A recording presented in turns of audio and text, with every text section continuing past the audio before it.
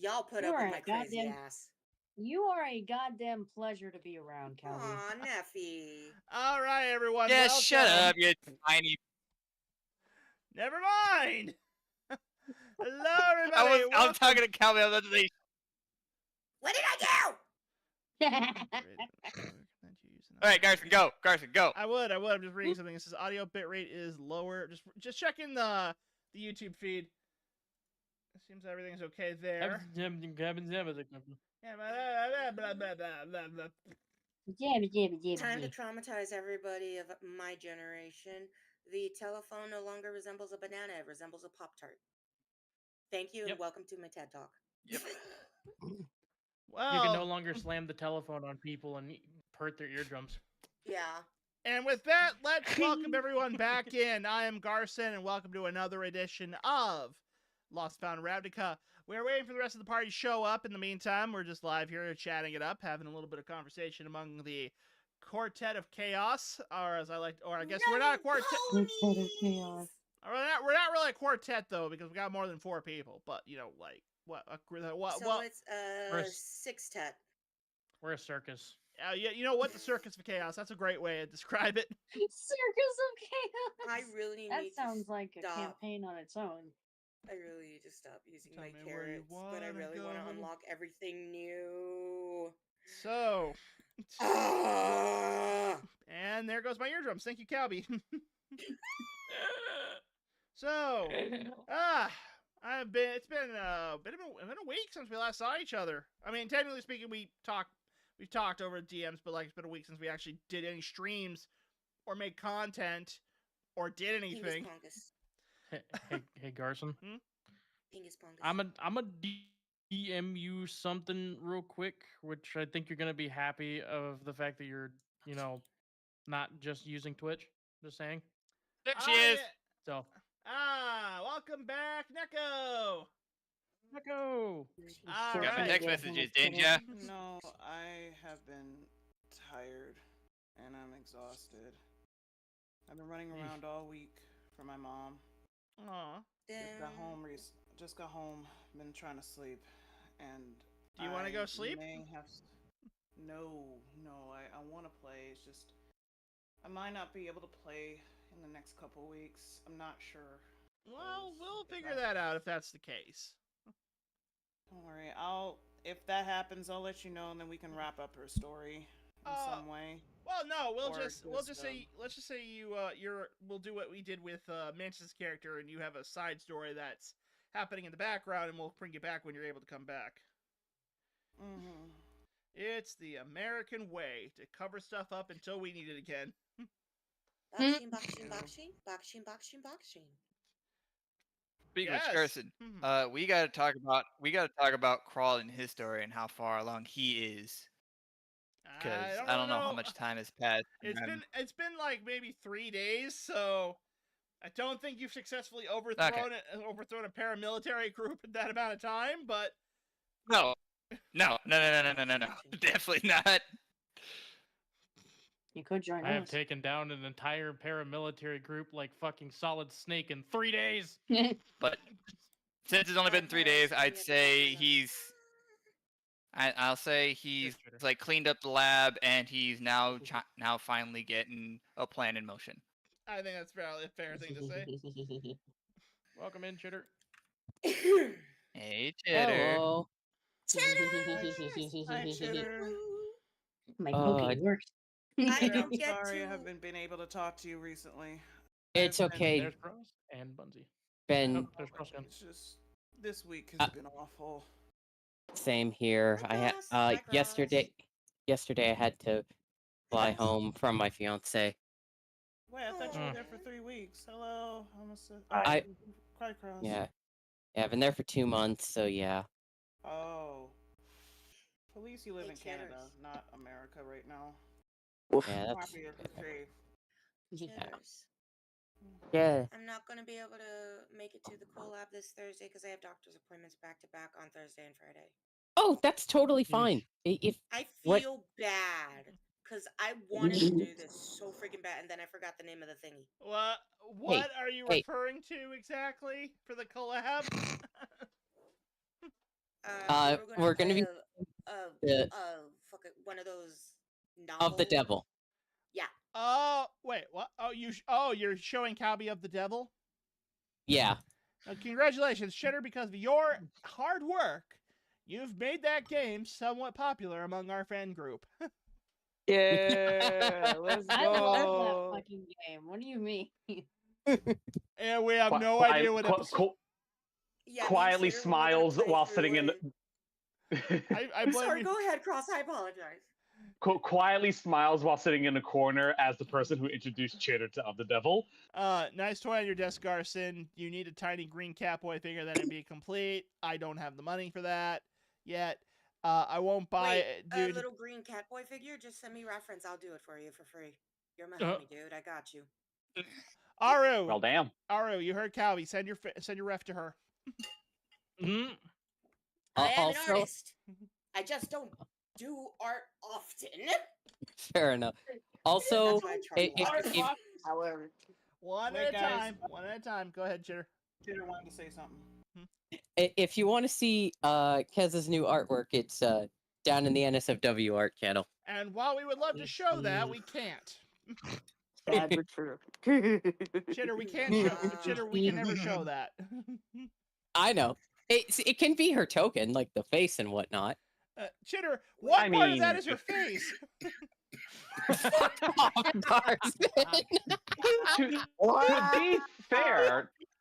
To be fair, there's nothing shown. Nothing's exposed. I know. A lot is shown.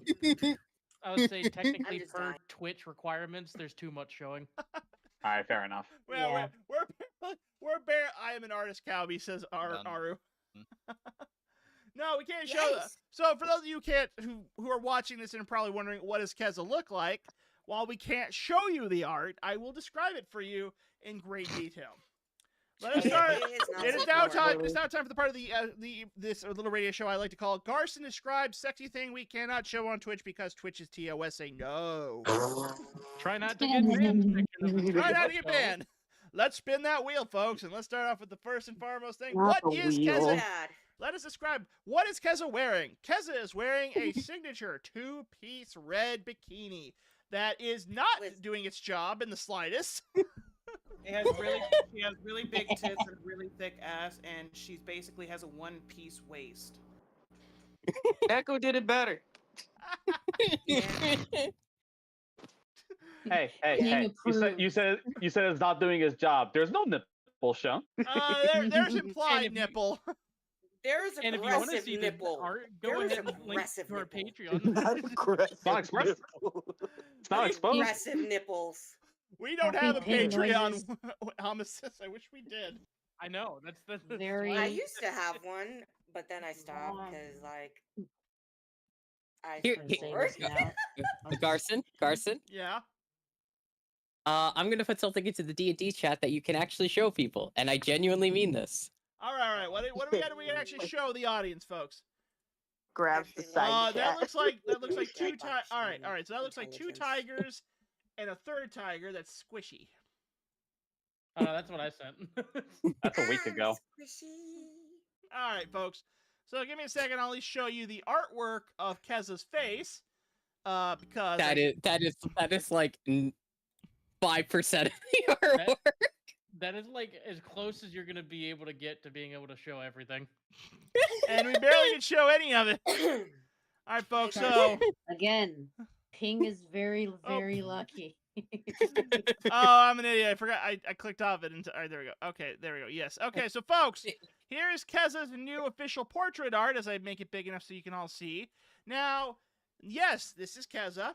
We've seen Keza do many things, but the one thing that we can all agree, and this is important, is that Keza's mortal enemy will never just be her looks, the villain she fights, or even her inner thoughts.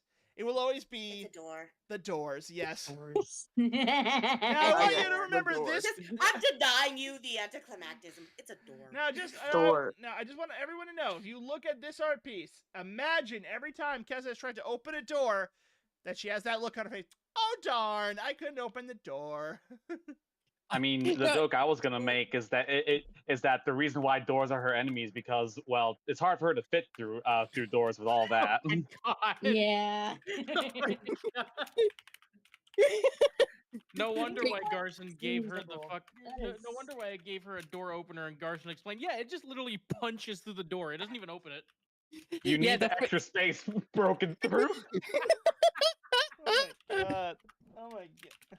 It just punches the door and just rips Also, it up. Keza, I think we need to discuss your lack of being able to eat mass amounts of food. Apparently, you're Keza, I'm sorry, but how are you able to support yourself with that little muscle mass? Look, there's a reason why her con is 20. Apparently, She eats her Wheaties and drinks the milk. and I don't think she needs to drink any She milk. drinks I a think lot she's of had milk. enough milk. I think she Strong just needs to bones. start giving milk. Yeah. All right, Hey, everyone, and Keza. welcome to the last episode of Garson's stream. Today's episode is Hi, Garson. King. Welcome to Garson getting Looking at banned off of over. this platform. Anyway, watch as Garson is banned because he had the gall to talk about how one of his characters looks, and then go along with everyone saying, "Oh, he's a guy. Oh, that's bad." Even though I had nothing to do with the design of this character, that was strictly a chitter who is a woman, by the way. So, like, if you got anything to say about me being sexist, you can go. You can go mention it to her. She'll be fine with I'm it. a cis woman, and I'm gonna be sexist right now. Titties, gimme. There. Now you have been Pause. feminized. Congratulations. Continue with your sexism of Okay. feminine masculinity and titties. Did you say you went feminine? Yes. Hold on. One at a time. Wait a minute. How is it sexism if they are allowing themselves to be like, hey, you think I'm sexy? It's not sexism. It's with consent. You're not being sexist. We're making a joke. Yeah. No, I know. I just want to let you guys know you're not, because Right. it's No, consent. in actual serious context of things, you're not being sexist. If a woman's like, look at me, I'm sexy, and you're like, yeah, you're sexy, that's not sexism. Okay. Yeah. Well, you know This that. How do you sexism catch saying it? get back in the kitchen? Yes. No. Why what is this conversation even turning into? Well, I know. Before we go on, I do know. have one thing to say. Go ahead, Bumble. Hello, Star. How's it going? Hey, we've got our first chatter on YouTube. Hey, Star. How's it going? Aw, thank you for the hearts. Woo! Let's go YouTube. Yes. We are still trying to figure out how to put the chat for YouTube up on the stream. Because I am dumb, it is what it is. I don't mean this in a negative way to say like, I'm stupid. Feel bad for me. No. I'm fine. How about you? I'm doing good. Thank you for asking. No. The reason why I say I am dumb is because I am dumb, but I embrace my dumbness. My dumbness is very fine. I'm fine. How about you? And I'm doing good. I'm doing quite well.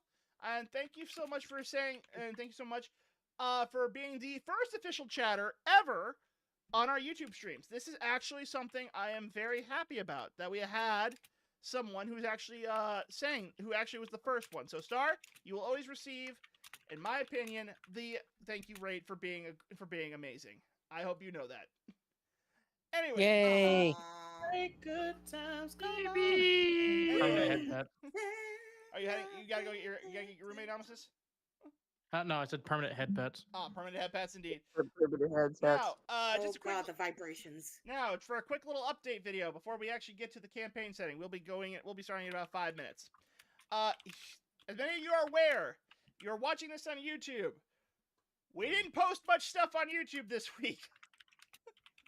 The reason is because I have been officially given the all clear from my doctor that I no longer have to wear my arm sling. So thank you. Thank you, the fine medical professionals of the American healthcare system. You have been an amazing contributor to yes. Amazing contributor to my yes. Yes, 2 yeses. Now, what does that mean exactly? Here's the update on this. The doctor has said that there is a 50-50 chance that I will pop my arm out of its socket again. Fucking Christ. So just keep it in the sling for another week. God. Well, no, I want to stream some more, But yes, Calby does have a good point. I should probably be very careful about that, which I'm going to try. That being said, however, I am sorry we weren't able to do any of Forgotten Table Tales, and I am sorry we weren't able to get any shorts out. Chitter and I have been working hard on this stuff. We have been making stuff in the back end, so I promise you that we have stuff. I was just, spending the last week with my fiance before I don't see her for another year. Yay, sadness. No.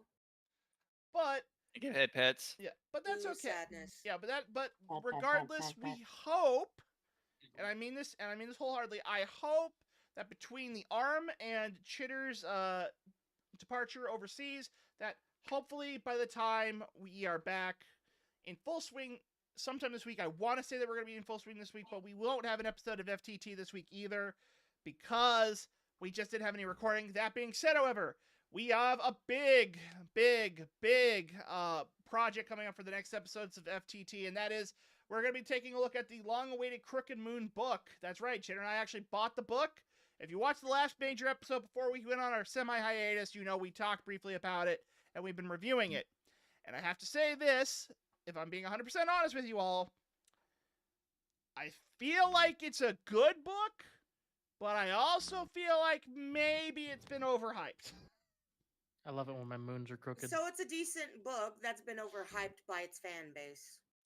Well, I'll say this. If you expect it to be as funny as Torbeck or Chuckles the Clown or any of the Legend of Avernus characters like Bitsy from any of their adventures, I am very sorry to say there's not a lot of jokes in this book. There's not. So don't expect Chuckles to come out of nowhere with a gun and squirt water and turns into acid. Don't imagine Torbeck saying something about how sad his life is and how Torbeck may or may not be, and I mean this in the best way possible, may need some Prozac because we love Torbeck, we want him to be around, but he's very depressing. Okay. Can I just throw something out there from my very, very rough first impressions of this? Yes, you can. I'm going to say this. In terms of third-party content, it is middle of the road-ish. Oh, Calby, Mike. Sorry. Yeah, it's middle of the road-ish in terms of third-party content. It's very good. It's very fleshed out. Now, in comparison to the shit that Wizards of the Coast has been putting out, it is fucking amazing. Well, duh, that's a given. I just realized I still have Kez's image up, so I'm just gonna pop. There we go. But also, Neffy, there seems to be a little bit of an echo on your end. What? Oh shit. Teeny weeny echo becho. But that's the extent of our very, very faint. Yeah, it's like very minimum. But like I said, that's the honest. How about now? That sounds better. Testing. Yep, you're good. You're still good. You're good. Let the man talk. But like I was saying, this has been, I would say, July has been the worst month I have had in ever. And I am not. Thank God it's August. Yeah. Also, there, I want to give everyone a little bit of a shout out right now. And that is the first week of September. There might not be a session that week. Okay. Damn. Okay. Now, why is that? Now, you may be asking, why? Am I actually taking a hiatus again? Hopefully not, but you never know. I mean, life works in mysterious ways. No, the answer to that is that I'm letting everyone know now that Bun Bun is coming to visit me from the 1st of September to the 8th of September, and I love each and every one of you, but she is my girlfriend. I have not seen her in over a year, and well, actually, no, last time we saw her was like back in January, so it's been close to a year. But the point is, it was New Year's. You took me. It's been 6 months. Also, damn it, Moody, stop stealing the DM for fuck's sake. Oh, what's that? Oh, I'm sorry. No, I'm hearing bitching. Is that bitching? Shut up. Would you like a slice of cheese to go with that wine?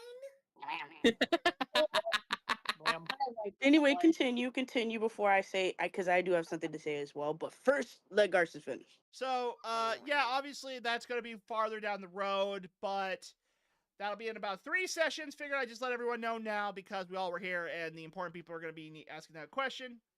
Figured we'd cross that bridge now and get it over with. Also, I hope to have at least normal uploads throughout that week. And if I don't, you know why. I guess. I don't know. Straight up say that. Whatever. Anyway.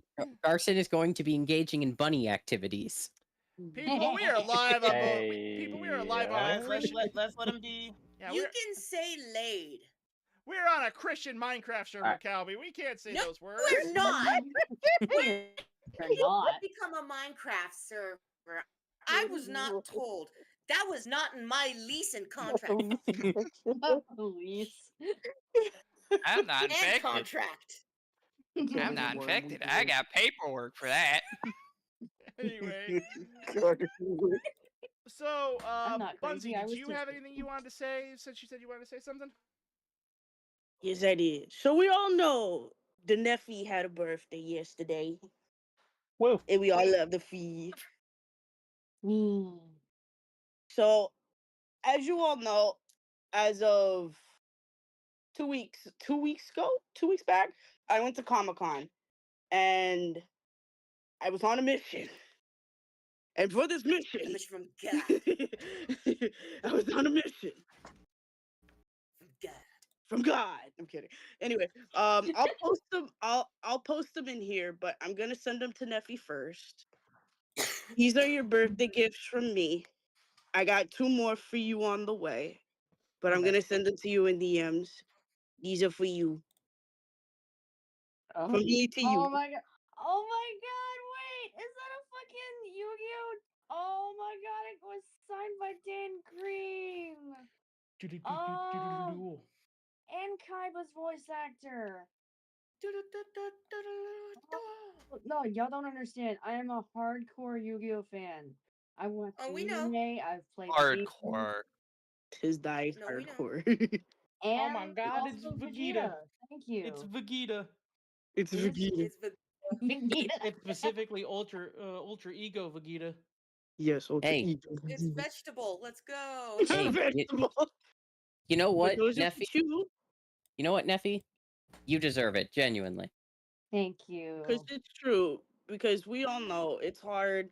It's hard to have a good birthday, and every now and then you get older, you look at somebody evilly, and then you're like, "Damn, okay, I'm 1 year older than I need to be." But for you, we'd go above and beyond for you, and I wanted, and we do, and as much as you do for us, we do for you, and we love you. And I wanted to do that for you for your birthday. So thank you. from me to you, babe. And I'm glad. Oh, I love that. I love his signature too. Have an over 9,000 birthday woman. God damn it.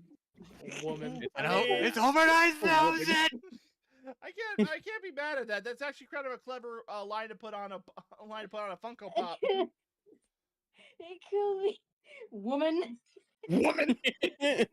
I thought it was super campy, and I loved it. It made me smile. Woman, where's my Saiyan suit? Where's my super suit? Also, Garson had a Funko Pop, a Sanji Funko Pop signed by Eric Bell. For those of you who don't know who that is, that's the voice actor of Sanji, who there was a line I wish I had sent to Bun Bun. From One Piece. Yeah, exactly. There was a line I wanted Bun Bun to get. If I ever see him, I'm going to have him sign on the Funko Pop. Because this is the line I think would be amazing to have. Wait a minute. Luffy, stupid incarnate Luffy is a god? Luffy's a god. Do you know the difference between a GM and a gibbling mouther? One is horrible, slimy, disgusting monster, and the other one is a creature from the monster manual. Boo! Boo! Boo! Boo! Funny, but boo. All right, so let's see. That's everything I wanted to go over before we got started. Okay, well. So what I'm hearing is that we're going to eventually find in Innistrad a monster called Cool Garson. Probably.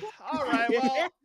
All right. Well, the circus is now back in town, and I have all the clowns here with me. So let's dive right into it. I have colorophobia. I don't like clowns. All right, guys, let's let Garson talk. All right. Calby, bad. You get the bonk now. Oh my Bonk. god. All right. So, add a marker in.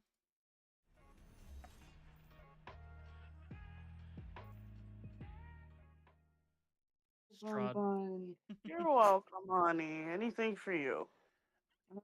Okay, Also, welcome. Sorry, go ahead. All right, well, all right, we are back, everybody, with another edition of Lost and Found in Ravnica. I am your DM, Garson, here to lure my lovely friends into a world of pain and suffering for which there is no escape. I mean, show them a happy field of flowers. Yay.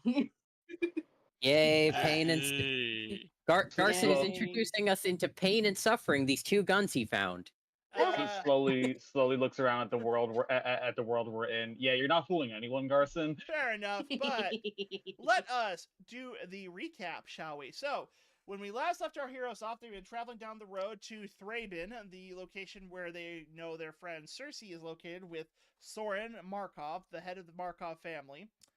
While traveling down the road, they end up in several different adventures, including, but not limited to, various feats of villages surrounded by enchanted eldritch potatoes, a forest of unspeakable spooky things, and now they are trapped in the fungal home of the criminally insane, as far as they know. I thought you said the Funko. I was like, wait a minute. The Funko house. The Funko house is just the fungal the walls house. are lined with Funko Pops. But that would be kind of fun too. Anyway, actually, that's a good idea. I'm going to hold on to that now. Wait a minute. You're welcome. Now, it appears that our entire intrepid party are adventuring and exploring the area, finding what remains of the insane asylum's staff. However, as they tried to leave, the area was swarmed and encapsulated by the mystical death cap fungi that was now blocking their exit, leaving them with very little chance of escaping the natural way. How would they survive the night? Well, that's what we're here to find out. I cast firewall. I mean, if you want to do that. Tongues on fire. I cast wall of fire on them. All right, Ping, cast wall of fire. I need you to... My tongue's on fire. Ping. So Ping, I believe we discussed just a few minutes ago of getting the entire group upstairs into the salt room. If you can keep your tongue off of it for 5 minutes. And now it's stuck to her tongue again. Time to cut the tongue off. And please do not. And back to the vat of water you go. All right, are you really taking another lick of the salt again and going back into the water? No. Good. I had to be sure of that because I can't tell with you guys. All right, so to give everyone an idea of what has happened so far, you all are back in the asylum. You've been hearing various footsteps, walking. You've not been seeing anything that resembles any kind of living being. And in the director's office, you found a suspicious amount of what looks like very, very potent sodium chloride salt. So, Ping, we will want to get everyone into that room just because I'm thinking, look, as long as our hands don't touch this, as long as our tongues don't touch the salt, we're fine. But the death cap mushrooms could be a little bit different because the spores don't give a fuck where they go in. Right. So yeah, everyone, let's follow us. Follow Keza. And I'll take point as usual. Come on, Waver, you too. Unless you want to, unless you want to die by mushroom. Dying by mushroom sounds like a great idea, but I don't want to do it yet. Yeah, yeah, don't worry. Upstairs, just a word of warning to everyone. Don't lick the salt. Why would we? Come on, Hika, let's go. I'm not a salty guy. Is everyone there, or is it just Keza Waver? It's everyone who was in. So everyone who was at the insane asylum the night before. You can follow, or you can stay down in the visitor area where there is mushrooms all over the place. Remember, I wasn't here last week, so I have no idea what happened. Actually, you were here last week very briefly at the end, and then you kind of passed out. Yeah. So Keza would kind of look at Ping and go, "Do you mind grabbing Hydrangea and just lifting her up?" Yeah, I got it. All right, I knocked myself out. with the frying pan. Oh yeah, the frying pan. Like, all right, I forgot about that. I like piggyback her, like put her on her back, like put her on my back like a sack of potatoes. Okay, so Piggyback. Potatoes. So the group you have decided to grow up to the main area where the director's office is. You're being led by, of course, Keza.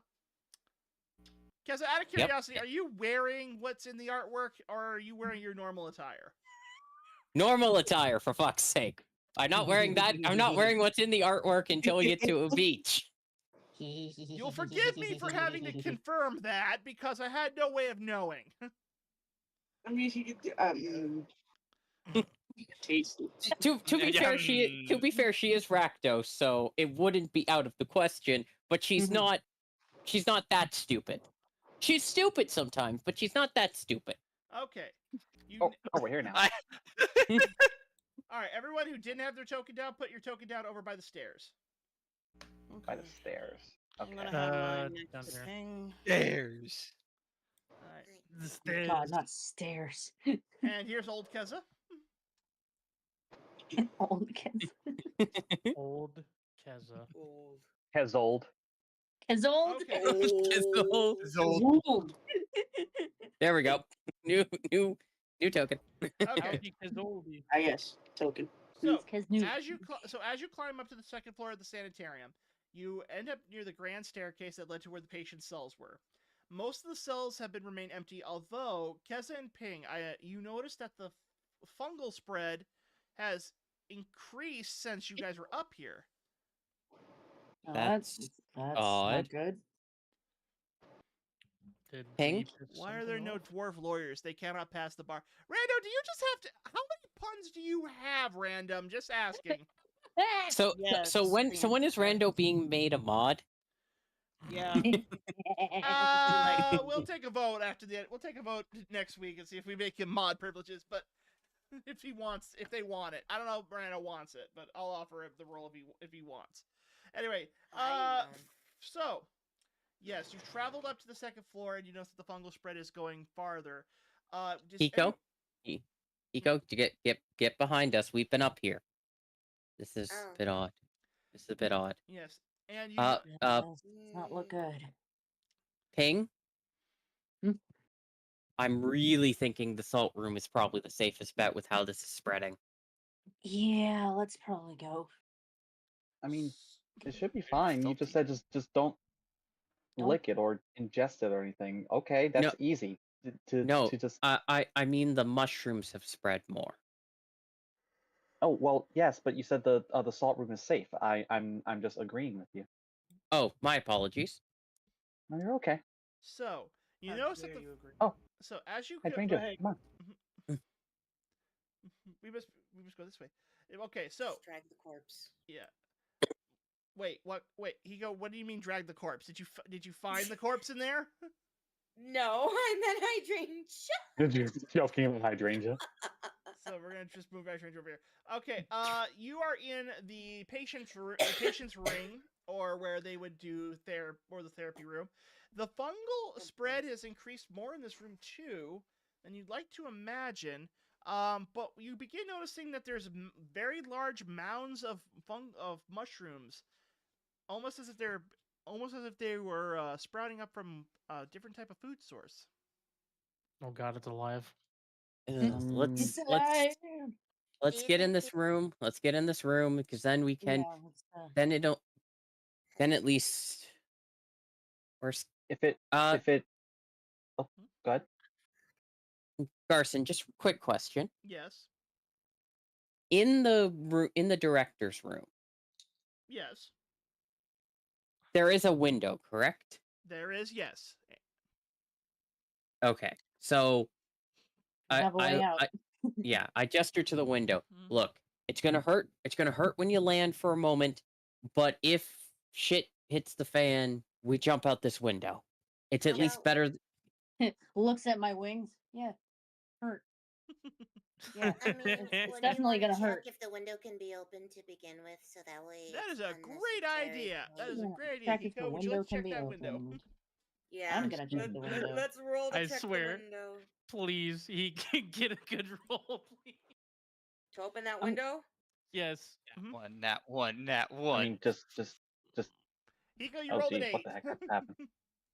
Investigation. Wait, guidance. Hiko, you try to punch the window, and you punch it. She tried to lift it up.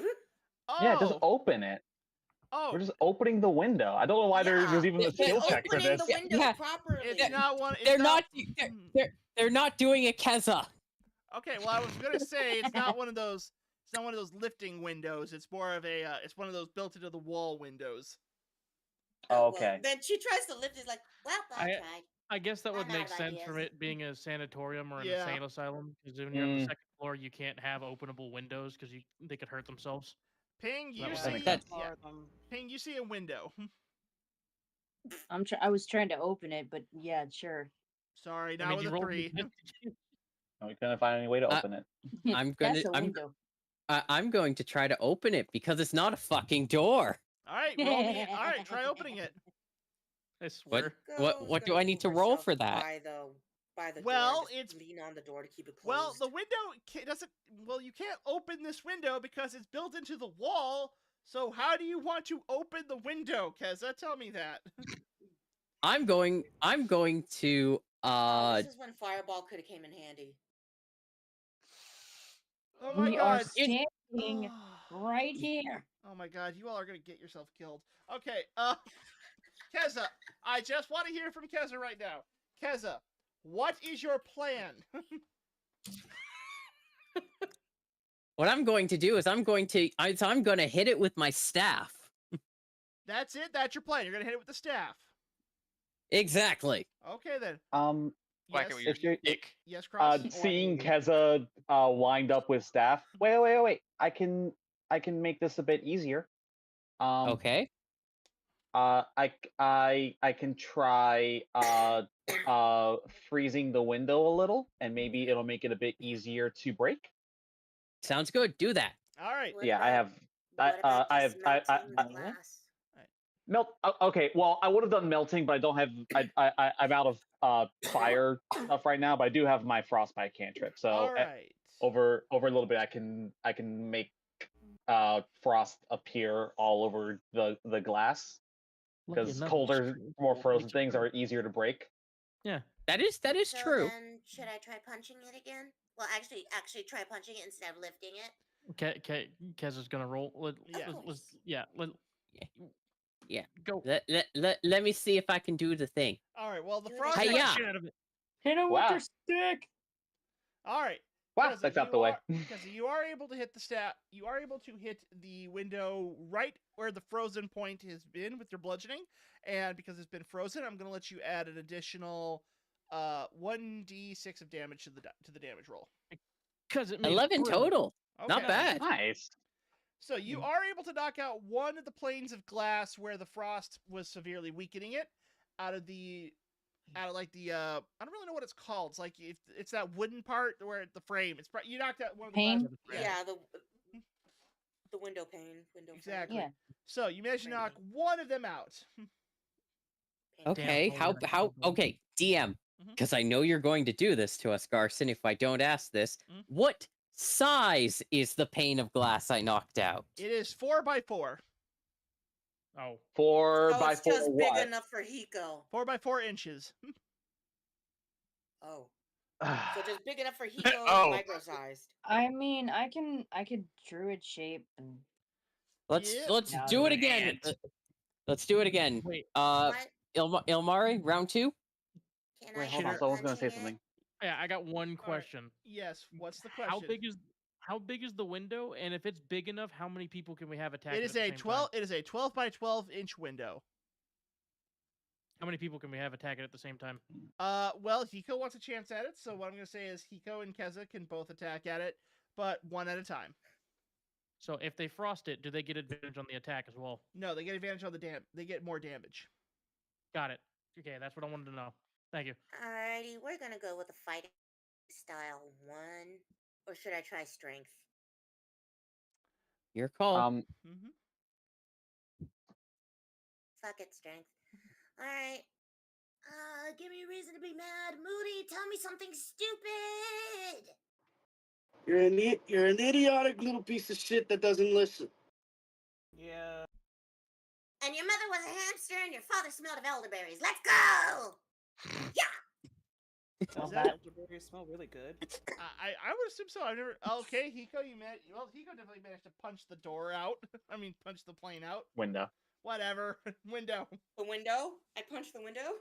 Window plane. Yes, you managed to punch Yay. the window. Oh, fresh air. Okay. Did anyone want to look down and see how far you're up? We only just went up one flight of stairs, so we're like a story. No, actually, it was about 3 flights of stairs. It just doesn't really convey that. Ah. No one asked. Hiko's just gonna stick herself out the window. I was gonna say I was gonna peek my head out the window. Yeah, Hiko, you notice that you're about 3 flights of stairs from the ground. Wings. You know what? Wings. If we're in as desperate a situation as us needing to use this, that is not the worst case scenario, all things considered. I mean, what we could do is easily help you guys have a softer landing by just holding on to you and you guys using us like parachutes. Yeah. We Fair are enough, a a manual worse idea. soft step. And Hiko, as you look down, you also notice that there is a bunch of rose bushes on the side of where your landing spot might be. Hey guys. Yes. Yeah, she's just gonna go diving for those rose bushes right now. I got some good news for all of you. What's that? Yeah. The one time my character is actually useful for everybody, I have Featherfall. Mom! Wait, you want to know the sucky part? What's I that? swear to God. If we don't decide to do this like right now, I'm not going to be able to do it because I'm going to have to go here in a second. I like this. This is fun. Okay, so your character has brought it up to the rest of the party. So now that is our plan going forward. We just need to get the window open up for us to climb out. But then yes, we will do that. Didn't Exactly. you punch out the window? You punched out 2 planes of the window. Hey, Carson. Yes. I thought you yes, punched the Neko? whole window out. May I do a Constitution throw to see if I wake up at all? Sure, go ahead. Okay. I'll be right back. Saving throw. Should be a nap. Put button. Constitution. At 20. Yeah, you're back up. Yeah, you're back up. A bit groggy from hitting yourself with a frying pan, but otherwise you're okay. I'm Oh, hey, hey, she's Joe. coming too. Like a sack of potatoes. Morning. Hey, we gotta get out. morning, Sleeping Beauty. What are y'all doing? Jumping out a window. We're trying to leave. Oh, yes, okay. we're leaving. She gets off of We are Ping's leaving. back. I mean, she gets off of Ping's back and she just jumps down. Like, Dude, that's a 3-story drop! did you cast Featherfall? I don't know. We were about to. Yeah. It's got to go for everybody at the same time. I need to catch not Keza, Hydrangea. Wait, Hydrangea, you have wings. Yeah, she fluts them out. I don't need a okay, freaking there we go. Featherfall. I can fucking fly! Alright, Why else would she Look, jump I out the can- window? She ain't suicidal yet. so... Yeah. Okay. Yet? Okay. Well, not touching that one with a 10-foot pole, Hydrangea, you're able to land all the way down to the ground without any repercussions. Make me a small dex check to see if you can avoid the rose bushes on your way down. You just fly doesn't. over. Oh, wait, that's right. You can Oh, fly. you mean- Oh, wait. Yeah, you can fly. Yeah, we we can- fly. Okay, a lot of us can fly.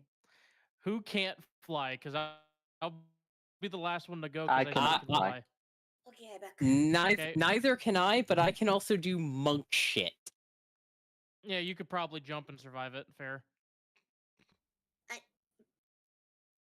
Or I could carry you. Yeah, that too. I mean, you could always Hold on. transform into a bigger avian. Couldn't you guys just literally use us like parachutes? Like, all we have to do is keep our wings open, make sure you guys just Yeah. have like a lot of drafts Uh, for basically a manual um, featherfall. Is there like 2 people who can't fly on our team?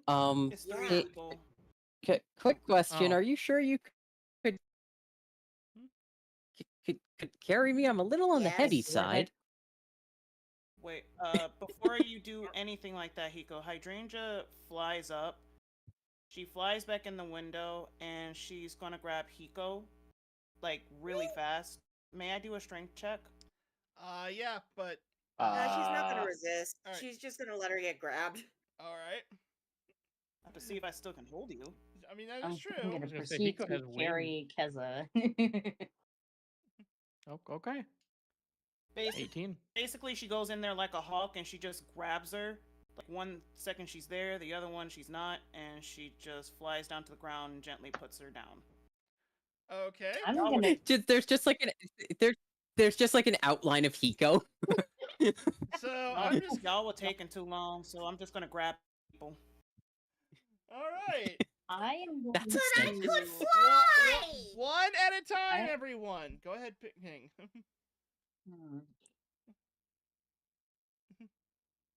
Ping. Neffy? Yeah. Oh, okay. So I'm gonna grab Keza and see if I can fly out with her. All right, make a strength check. See if you can lift her up. Protect and guidance is still on. And what I'm not animal are wild you wild shaping shaping into into? anything. Oh, right. You were a dragon. I keep forgetting. Sorry. So, strength. Okay. All right, you good? All right, so Keza, Maybe you guidance were related? using Come here. Ping like a glider and managed to land onto the ground. Yep. So just Hiko just looks up. Elamari, I'll catch you. it's me. It's me and Waver left, right? Yep, but Waver's got Yeah, feather I'll fall. just give you feather falling, and then you just go down. Yeah. Featherfall hits multiple creatures. We're good. I'm gonna give it to Cross because I don't need it. I have wings. Oh. Okay. Yeah, so there you go. I'm gonna tap you on the shoulder, feather fall. You're fine. It's okay. Okay. I get your feather fall. You're fine. And I jump. Hiko, you can still catch me. Slowly falling down. You're like slowly falling down, and you just see me come right past you. Hiko just flies up, grabs onto Elamari, hugs tightly, and just flutters down with her. I'm going back and he's passing out because I gotta go got you. Okay, can yes, Neko? I speak for 1 second? I want to make sure. I'm gonna mute because I want to make sure we can at least do what Serenity has suggested because we are talking over each other a lot. Yeah. Hydrangea is going to go Falcon mode again, and before Hiko goes onto the ground, she just grabs her again, and then she just slowly puts her back on the ground, just for fun. Oh. Like, no, I just decided to just grab you for just no reason. And that's it. She just pats her on the head and she just walks to Elamari. It's like, all right, y'all, let's get going. Okie doke. Okie dokes. And thus everything I made for this encounter will now Hiko, be are you thrown okay? in the You sound like bin. you're deflating. All right. So, anyway, I guess we're going back in the cart then. Yep. Yeah, we're not staying there. Yeah, no. So anyway, back to the Valley of Sorrow map.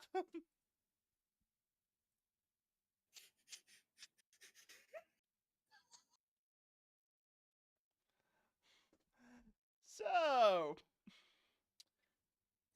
after staying. All right. So. Yeah. Okay. Oh, yep. Hydrangea. That's actually a good idea. It's Apex. Oh, fucking lovely. That's I am great. the Apex project. So, quick question. Sure. Just humor me on this one. Huh? If we were to happen to run into Crawl again, what do you think is the likelihood that he's found out about this and probably is wanting you back as well? Let's not tell him about that. Yeah, because I might want, because I can't imagine that if we were to run into anyone from the Innovase, that they would be okay with you not going back. I wouldn't imagine they wouldn't. Want... Mainly because they seem to be, how shall I put this? Slightly a bit more insane than even the Is It. You've only seen the surface.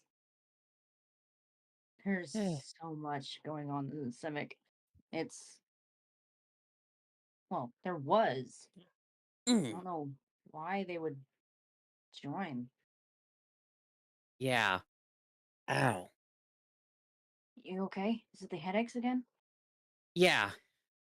But I'm okay. It just flares up every once in a while. It's probably just the treat. Ping immediately checks her,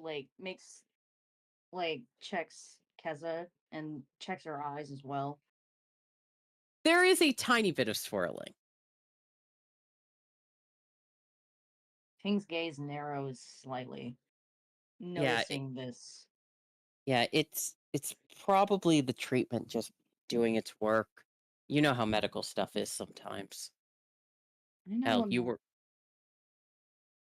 part of the Simic, so you would know more than anyone that sometimes treatment takes a while for the body to, like and whatnot. That is true. However, it's only last. Treatments like that don't usually come with so many adverse side effects. Yeah, well, this isn't exactly a normal situation to try to be normalizing. Just talk to me when you feel like you're not yourself. Right? Okay, I'm you. and me as well for you. It's kind of how this works, I think.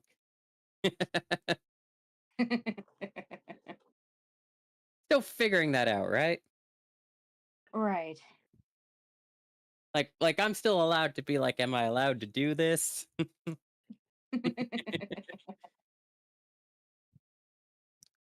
But there has been something on my mind that I've been thinking about the more we've been going through this. Oh? And I've been... This is going to sound a little bit weird. I've been kind of thinking about what Soren has been asking us to push against. And it was that certain vampires were wanting to make essentially living blood bags, basically, is what I could kind of parse out of it. Like people without the whole problem of emotional baggage. Yeah, and sentience and whatnot. I've been kind of paying attention to how this place is holding up and whatnot. It's kind of hard not to. And from what you've told me about the eldritch potatoes. Okay. This is not to say that I agree with them, but I can understand their reasoning. Okay, explain. Well, look at everything we've done in getting to a village. You know, I'm not saying like it should be like properly tamed and made to like each individual grass hair is cut to each specific specification or whatever. But normally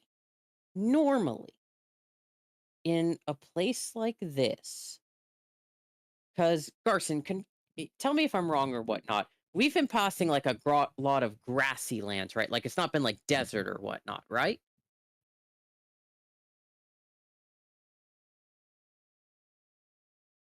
So nothing that couldn't support life if given the chance, right?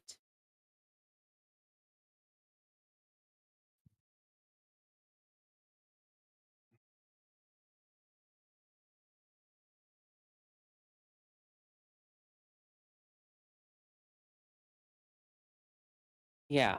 And that's what's got Keza confused, because she looks at Ping and says, "Look at all this land.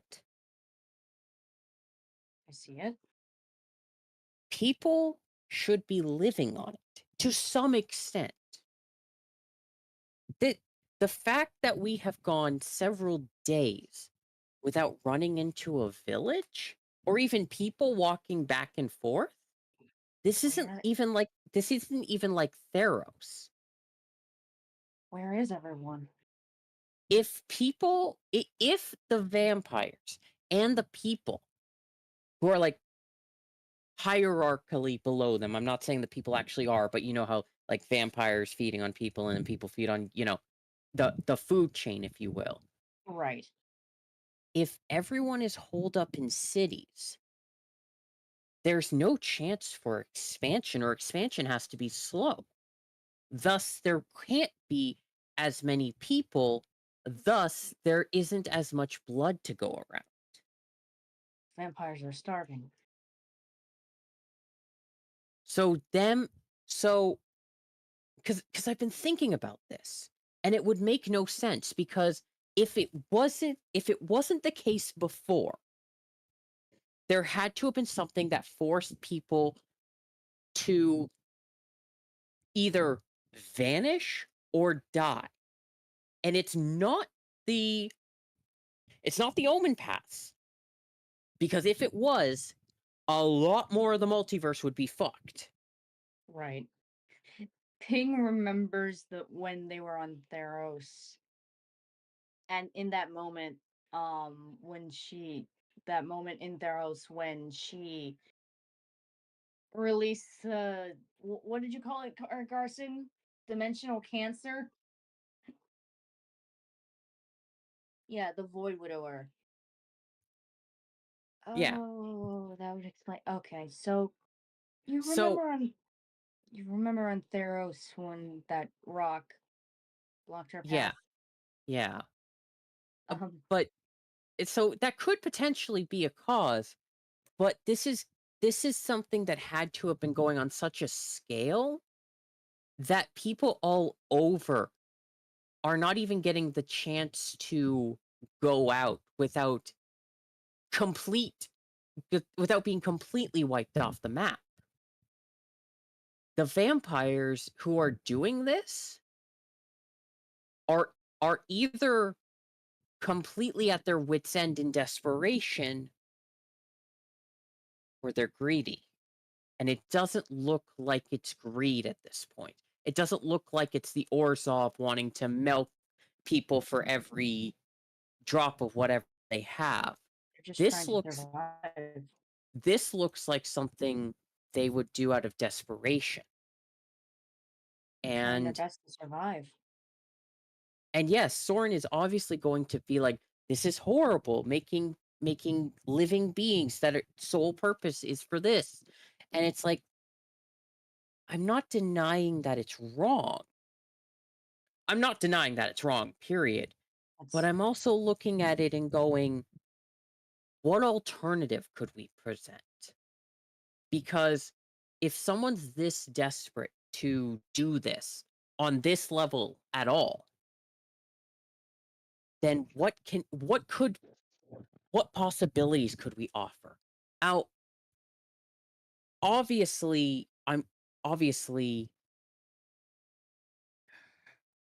Do you think they ever considered an alternative blood source? Like maybe, I don't know, animals?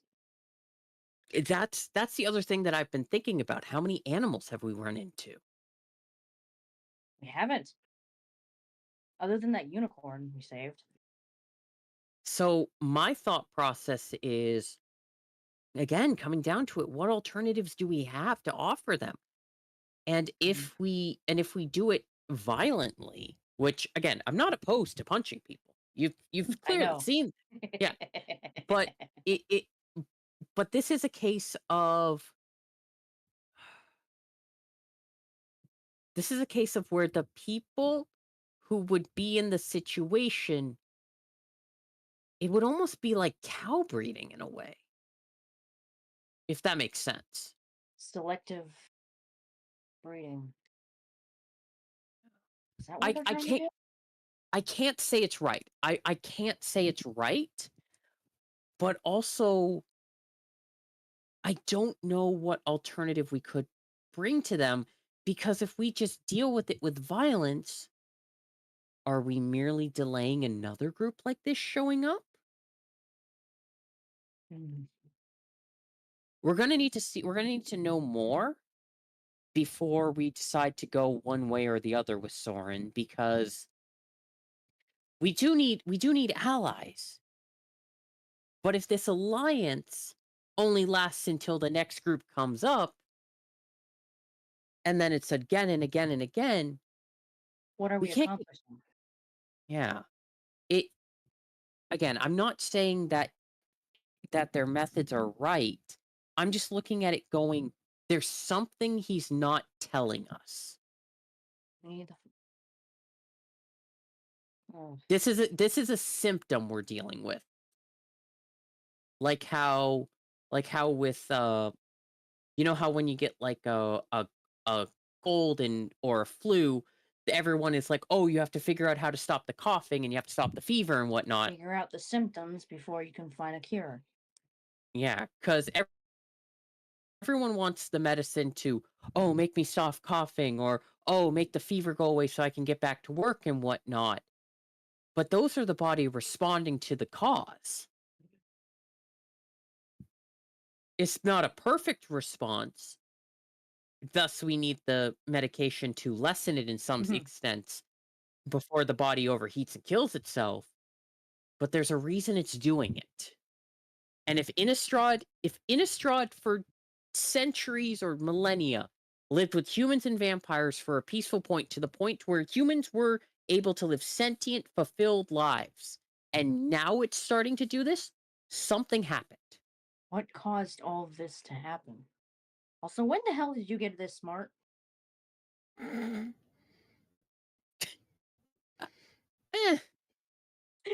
the question, Keza. Answer it. Answer the question. When'd you get smart, Keza? Come on. When did you... Pink just starts shaking Keza. When did you get so smart? How? How did you do this? You couldn't open doors 2 days ago. How are you this smart now? How did you go to the plans on one day? Like, look, like a machine. No offense. I may, well, I may be a bit stupid, but I have my days. Squints.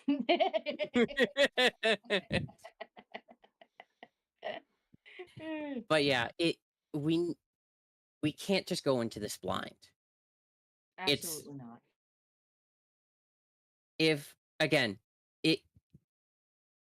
We can't have a war bond situation because, again, Hydrangea's choice, she didn't know going into it. And again, I'm not blaming you, Hydrangea. We've already established you're not at fault. But if we do the same thing again here, we could be making things worse instead of, like with Hydrangea's situation, neutral to better. So, again, I just want that very clear. I'm not blaming you. I'm just using it as a comparison. I just want that very clear. I'm using you as an example. Yeah, She's looking at her like, I get it. The more you say it, the less I believe it. I just didn't want you to use that frying pan on my head, okay? Oh no, I just needed to knock myself out because I'm sick of the shit that was going in my head and being sad.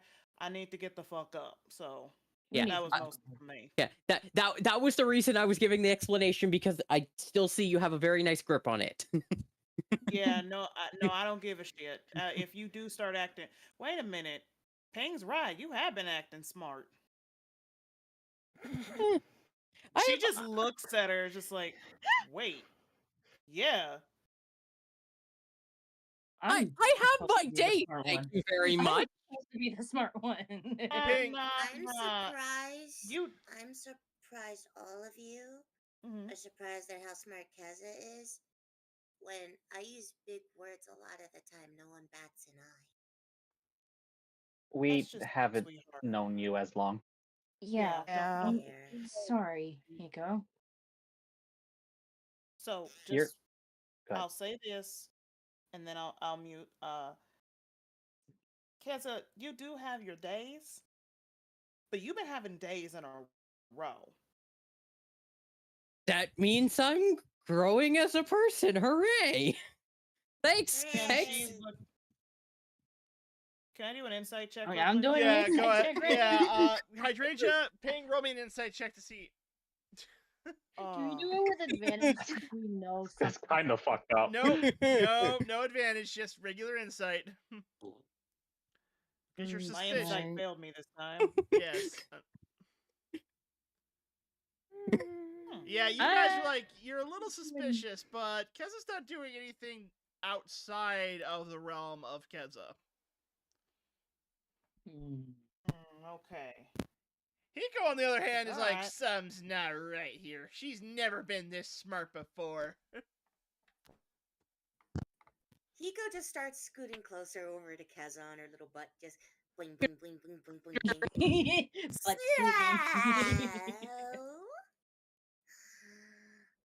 Don't lie to me. Spill the tea or else I'll make you spill it. Hiko. Damn. You know I don't beat around a bush. I'd rather just bust through it and scare the living crap out of my enemies. That's why I think it's always best to approach life, though. I see. Scare the crap out of your enemies. Come running at them. Keza, would you like to roll a deception check to see if you can lie to Hiko?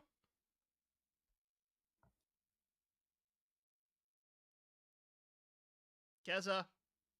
Cheddar. Okay, so Keza had an aneurysm and is now unconscious on the card. Keza is stuck in her lie and her brain's processing Well, it very everyone. slowly. Well, everyone, it's sad to say, but Chitter has slowly passed. Start the funeral. Well, she's not getting any dinner. Back to the show. My wife, no. My wife. My wife. All right, we're gonna give. Sure, you good? Okay, I'm pretty sure she If had. I may. Yeah. Oh, I'm pretty sure she had a technical problem. So, as the DM, Yes. it is possible for you to roll for the player if they are having technical issues. That is true. It is up to you.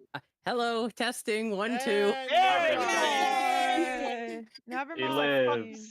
My Person computer just decided to start spazzing out. Oh, but you guys were rolling insight like, yep, even this is too Peter's like, abort. Roll deception, so we can see if you can deceive Hiko. Right. Roll me a Please deception check to see if work you on can the convince Hiko that you're not hiding anything. Convince her that water yeah, is sure. solid, basically. You failed. Nope. Yeah. Sorry, Keza. You I are feel fair. for everyone. Yeah. So everyone, including Hydrangea, Ping, Hiko, you are all now very suspicious of Keza. Like, wait a minute. Keza's not I mean, this I was smart. suspicious before everyone. Wait. Before this. Wait. I got an idea. Hydrangea, Hiko, Ping. Yes. There's only one way to test to see if this is really our Keza. Don't do it. Oh, there's only one way we're gonna do Door. this. Keza, Find a door. Hey, God. I know what to do. Keza, open the card door. Open the cart door. Open it. Open Like, it now. like punch it open? No, like just Oh, open Turn the fucking handle door. and open it. Yeah, so open the door like you This would is our normally Keza. open the door. I try to open the door. Roll Got me a a full all right. 10. Roll me a wisdom check like you do with your arms of the astral self if you're going to use it normally. She just used no. strength though. Oh, that's right. Oh, you rolled a 14 in strength? There was a strength there. Oh, yeah. Yeah. Keza, you opened that door. She opens it like a normal person? No. Yeah. Okay, no. Hiko's going to, like, just fucking super tackle Something's her. wrong with this. To pin her down and to find out what the fuck is wrong with her. Who are you? Whoa. Can I do acrobatics? Who are you and what have you done with my wife? Well, I'll let you do one acrobatics check to avoid the earth bind, but you gotta beat a... you didn't beat it. You unfortunately got caught in the earth bind. What the hell, you guys? Since you're caught in the earth bind, Hiko just crawls on top of her and gets in her face. Okay, stop the cart. Look me in the eyes. I do? Okay, I need you to tell me right now. Who the fuck you are, and how we shouldn't cut you. And you see Hiko pull out a little knife. No. No. She just... No, because remember, Keza, Elamare, and Ping are the only three that she won't hesitate running towards to protect. Aww. Because of what happened last session. Aww. Yeah. So, how do Keza's eyes look? I was about to say the same thing.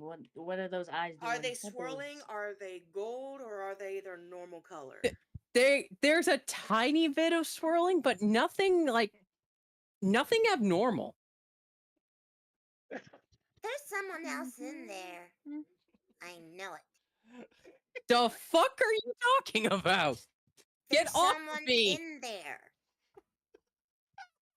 You change. Every time I've seen you use your arms, they go from flowery, wispy to shadow, kill.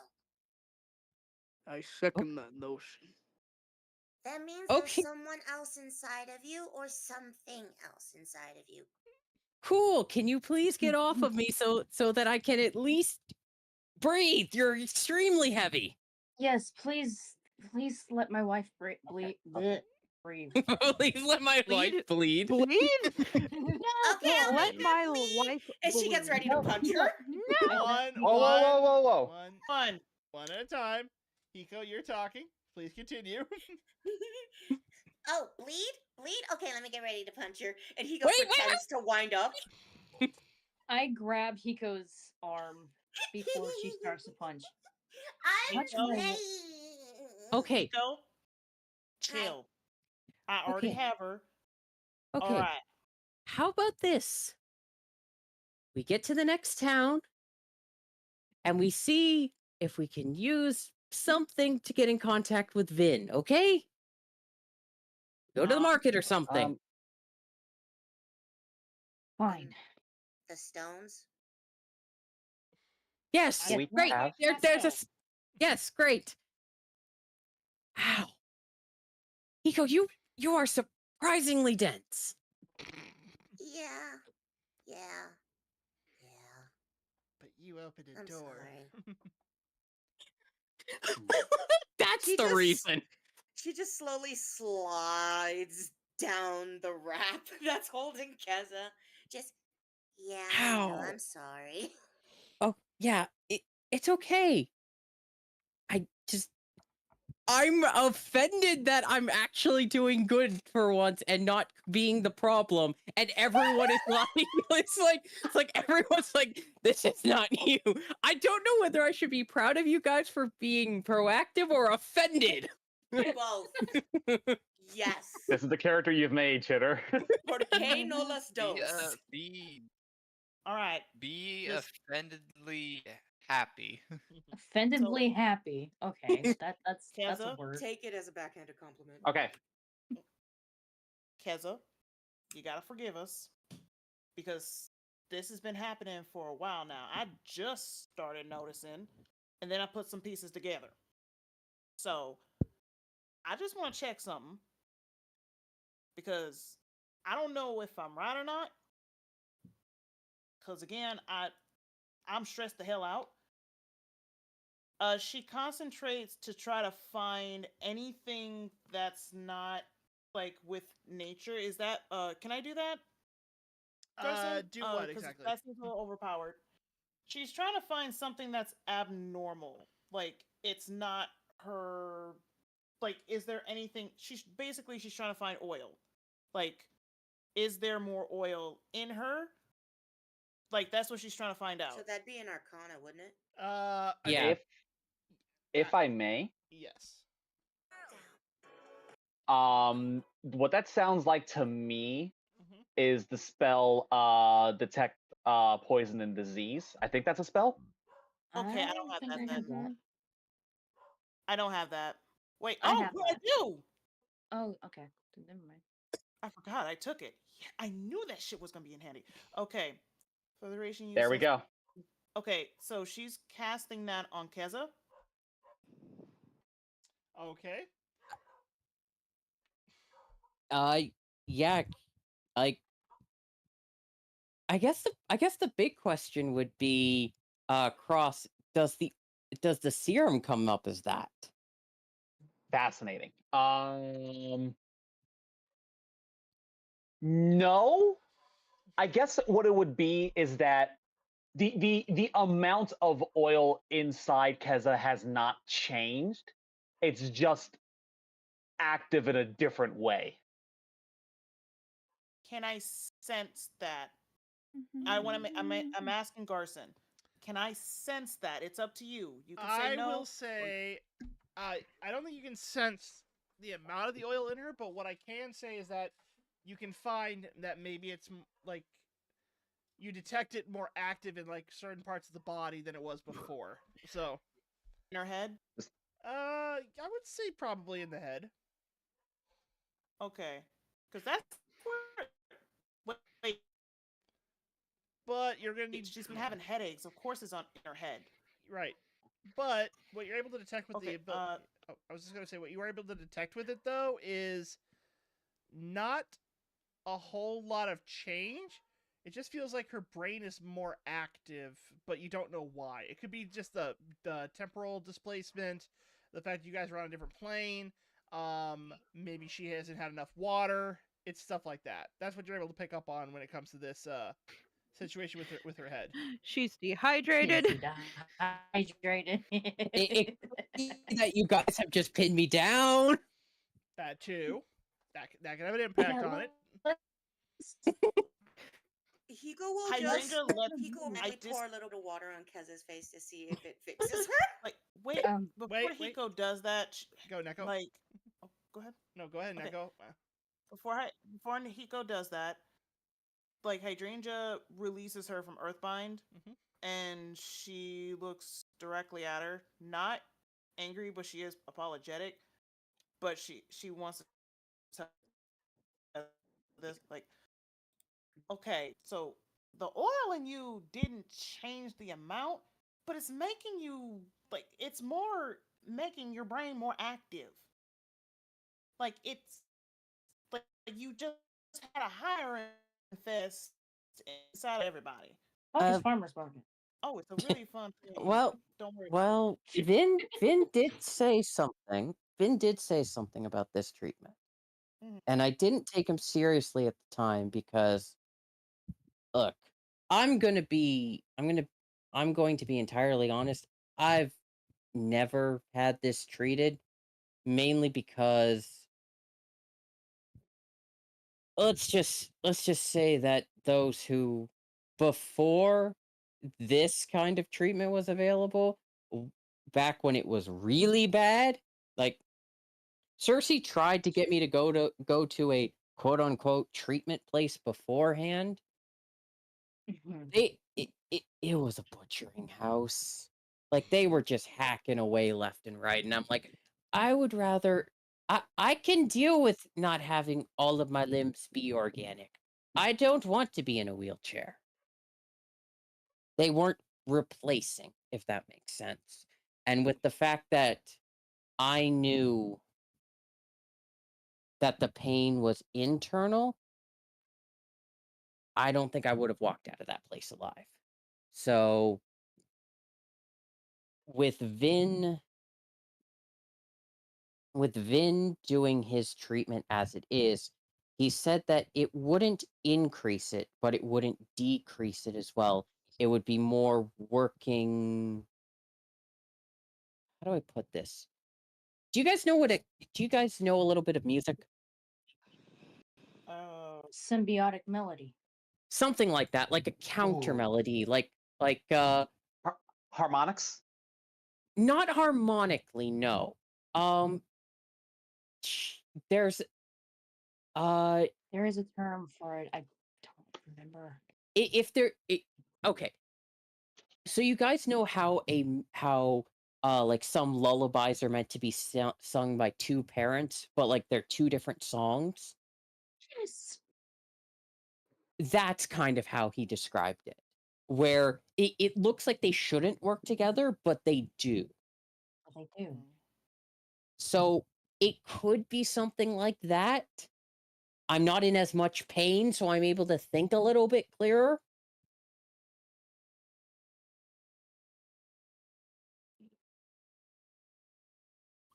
Oh. Yeah, that can do it. Oh, that's why you were always grumpy. You were in pain? So it's like you're working with the voices inside of your head.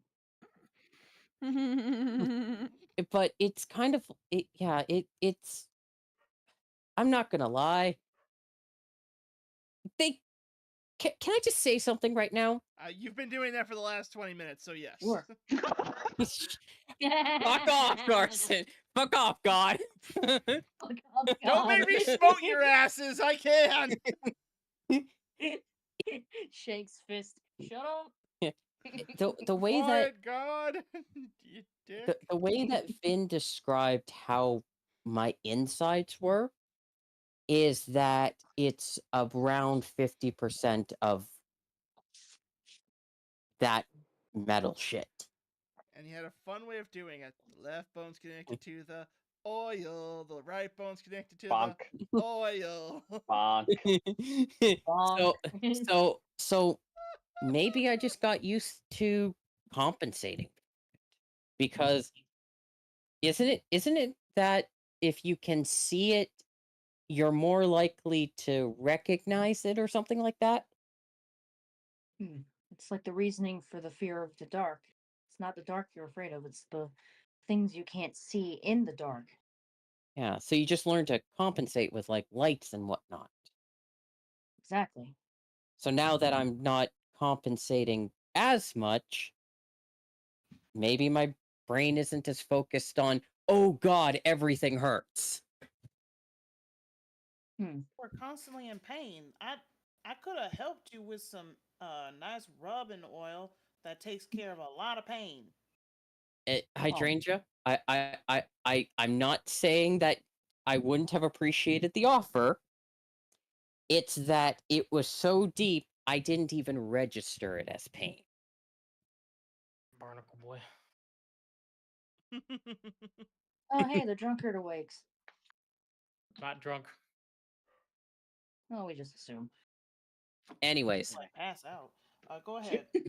But yeah, so I just want to say I'm sorry for scaring you by being smart, I think.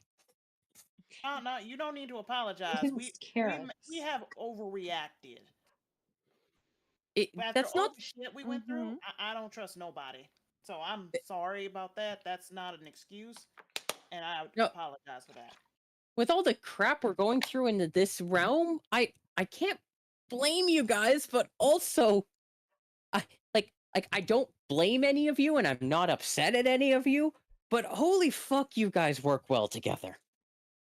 Well, we're a team. We have to. That is something I never thought I would say out of my mouth. Yeah, like, don't get me wrong. Don't get me wrong. I know that. It's just I've always been in the front. I haven't seen you guys work together. How do you think you stay alive? Exactly.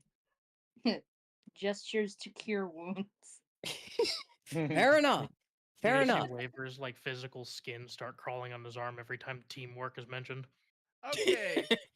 So he gets like goosebumps. Hold on, Garson speaks. So now that we've had that little fun moment, is there anything else you guys want to do, or shall we continue on down the road to meet back up with Cersei in the main city? Let's give her a call. Let's give her a call so that we know we're going in the right place. Probably for the best. All right. You pull out your scrying stone / cell phone. Does anyone know Cersei's number? Wait, hold on. Cersei doesn't even have a cellular device. Do. Well, yes, she does. In the last session. Yes, she does, but it's cool. Never mind. She doesn't The know only that she person has that would it. know, the only person that would know her number by heart should be Keza. Yeah, so Keza just types it in, just boop boop boop boop boop boop boop boop boop bing. Hello? Your call has now been connected. Hello, Cranko's Pizza. How can I help you? God damn Shut it! the fuck up. Go burn another omen path. Let's try that again. I think I entered an 8 instead of a 9. Beep beep beep beep beep beep beep beep beep. All right, roll me a sleight of hand check. Oh no. Butterfingers. Would you Sleight of hand check for a phone number? Well, that's stealth. Would be, also be... You know what? You know what? Yeah. That's all right. Literally the dice. Go ahead, Cersei. Sorry. Yeah, also, I don't know. Wouldn't it be the recollection of numbers? Wouldn't that also be intelligence? You know what? That's a great history. idea, Cersei. Let's make an intelligence check or a history check. No, Garson, that would be history. She's trying to remember. Oh no! Fuck off! You do not remember at all. All right, so you enter what you think is Cersei's number, and this is what you get. Hello, Dosh and Hagenhaven. My name is Hosh, and this is the Meat Wagon Emporium. How many Gertie sausages can I offer you? Oh my god. Gently rubs temples. Let's try this again. Okay. Hold on, Keza. In just a moment. Question for clarity, DM. I'm going to be the smart one about this. Yes. What exactly are we using for this? Are these sending stones? Because I think I remember that being the case. I think they would fall under scrying or sending stones, depending on which. Okay, give me a moment. I'm going to just wait. Hold on. Holding on. I'm gonna call my lawyer. It's not rules, lawyer, to just say, "Hey, here's the spell." It's not rules, lawyer, to say, "This is what the spell does." I also want to say here, couldn't we just say like call Cersei? Because I thought we were able to just do that without a number. I don't know why in the world y'all just don't ask this like. Hydrangea says to the sending stone, call Cersei. Okay. Does it work? Yes, it does. Neko gets it. Oh, thank you. I was wondering, like, what the fuck are y'all doing? It's a stone. It's a skit. All right, so you're able. So Cersei, you're able to hear over your small stone-like pendant thing that you got from. Well, you got it 2 sessions ago, but you weren't here for that. Basically, they used the unicorn wish to give everyone the ability to communicate over stones. And Hydrangea managed to call yours. Okay. I know. I look down at my wrist and I'm like, what the fuck? Hello? Hydrangea, how you doing? Hydrangea! Hi, baby. Y'all almost here? Jeez. We ran into trouble. Oh dear. Yeah, oh God. Don't worry. We gonna get it right. Okay, where are y'all? She said they can hear her, right? It's like for everyone to hear. You're about 3 hours away from the city. Okay, we're 3 hours away from the city. The main city where the cult bullshit's happening. Oh, okay, cool. I'm there. I'm in that main city. Question for DM: is Soren near me? Kind of, but you are actually. But there's some stuff that's been going on in the city that you probably aren't aware of just yet. So wait, hold on. Is Corin in the room with me? He's not in the room with you. He is in the city. Okay. This is gonna be weird. So keep heading to where you're going. Okay. maybe you'll run into Soren. I don't know. He's currently in the city. He'll probably recognize me. He'll probably recognize y'all. Yeah, of course. Y'all are kind of hard not to, find. Y'all are kind of easy to find. I love y'all, but that's the truth. King glowing. Yeah, no. Yeah. I'll just tell him to look for. I'll call him and tell him to look for y'all. Cause, oh Lord, I'm gonna need help.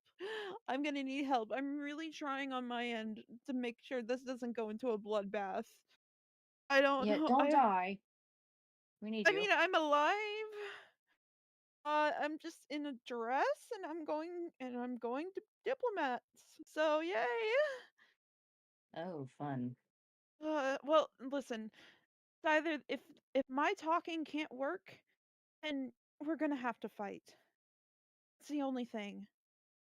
It's not gonna be pretty. I can't explain it over the phone. It's not gonna make a bunch of sense. Fuck is a You phone? guys, that can we call these stones phones, please? Because this is I don't. Stones are known as phone stones. Over these Phone stones. over the I will. It's hard to explain over these. Laugh a lot. It's hard to explain over this. I don't even know all the details myself. I need Soren here. So what I'm gonna do? I'm gonna call. I'm gonna contact Soren and see if they can meet up in the city with you. Bring you back to me, so we could all just figure out the next plan of action. Because it's going to get really bad if we screw something up. No shit. Mm-hmm. I mean, okay. Cool. All right. I don't know how to hang this thing up. Bye. All right, and you sever the connection between the two stones. I don't know how to hang this up. But anyway, you're about 3 hours away from at your current rate. You'll get there in about 3 hours. When you do get there, you are outside of Thraben. It's a massive city. It has massive stone walls to ensure its protection. Let me just let me put the map up for you guys real quick so you guys can take a look at what it looks like from the aerial view. Map. They have AAA. Map. AAA. Yeah. More okay. AAA, please. Okay, no problem, Calby. So, Kessler, are you back too? Yes, I'm back. Okay. So, you see a mess. Okay, obviously the artwork does not display this, but it's but the border around the town itself that's also the farmland is a massive stone wall, and we're talking about like 7 feet tall stone wall. You get close to the gate area, which is being guarded by several guardsmen. Well, I wasn't wrong about the cities being heavily defended. Halt! Who wishes to enter the township of Thraben? Hello. We're Companion. We are wandering hands for hire. We were sent by Soren. We had a bit of a issue, got in the wrong direction. Yeah. Wait, you said you're being sent here by a damn vampire? Now, that. No. Now, hold on. That's hold a on. different story, and I'm sorry. We meant a Sauron, but pronounced Soren. What were you gonna say, Cross? No, we weren't directly sent by him. A friend of ours is waiting for us. Who's met this Soren figure before? Have you seen a woman with I go on to describe Cersei. Yes, she was in town. Old Town before the wall fell. Okay. Yes, that's our friend. She's expecting us. Is she here? Well, he just said that they saw her. Yeah, in Old Town. Is she still around? We don't know. The wall fell yesterday, and there's been things crawling out of the streets. What things? We don't know we don't know the name of them precisely, but they appear to be creatures of the night, forged in blood and sinew of beast and man, merged together into one hulking abomination. I pray that only Avicen's guidance and the guidance of our great Lord Sigarda will give us the blessings to survive another night. Chimera or abomination? Yes. Okay. Point me at him. Well, actually, now that you mention that, we do travel under the guidance of Avicen, and we do have something. We were given something at a point of her worship that we weren't entirely sure what to do with, given the lack of guidance, direct guidance. Hiko will just bring it out of the cart. This thingy. So the 50 pounds of moon silver you found in the church before you left. Yes. Yep. Yeah. And Found. just so we're clear, that's the story you're telling them, right? Yes. Yes. We found it in a burnt down church. That's not what was just said. We should probably take a chance on guessing on how we're gonna say this properly instead of saying we just found it. Looks to Waver as the character who has gone on record to say they like causing chaos on purpose. How would you resolve this? Oh, we stole off a dead person. You stole this off of a dead person? No. No. I'm gonna be honest, I kind of walked into that one. That's on me. I walk over to Who Waver said and smack that? him on the One at a time. Okay, Ping first, then Hiko. So I walk over to Waver, look him in the eyes, and just smack him on the back of the head. Don't say that stupid shit. But it's true. No, it's not. But it is. Just gag him at this point. I use like a bit of the crap from my outfit to just like gag him. Okay. Well, wait. So basically, just oh my god. Okay. So besides tying Waver up in front of a city guard, which probably not your best option, guys, but okay. Okay. I know how to say this. All right. Go ahead, Cross. Okay. We didn't want to raise any other alarm or anything. We were in a settlement that seemed to have fallen to other, well, you call them night creatures. There was a temple to Avicen. We believe it was temple to Avicen. But even within the walls of the temple, in the lower levels, there were other. He like shudders as she remembers the thing that we saw in the basement. It's the thing from the thing. Monstrosities there. We were only able to stay there just for a night to just recover ourselves, but we brought that gestures to the moon silver thing with as us. Protection from those night creatures, because it did ward them away from us. Yes, we read on the blessings that Avicen bestows through relics like this, so we kept it with us for safety. Okay, that's good. Now I have a quick question to ask Hydrangea and a quick question to ask Waver. Guys, are your angelic features out right now? Good question. Mine's relaxed. So they can't see your angelic wings then, right? No, I'm not flying. Okay. Waver, are your wings out?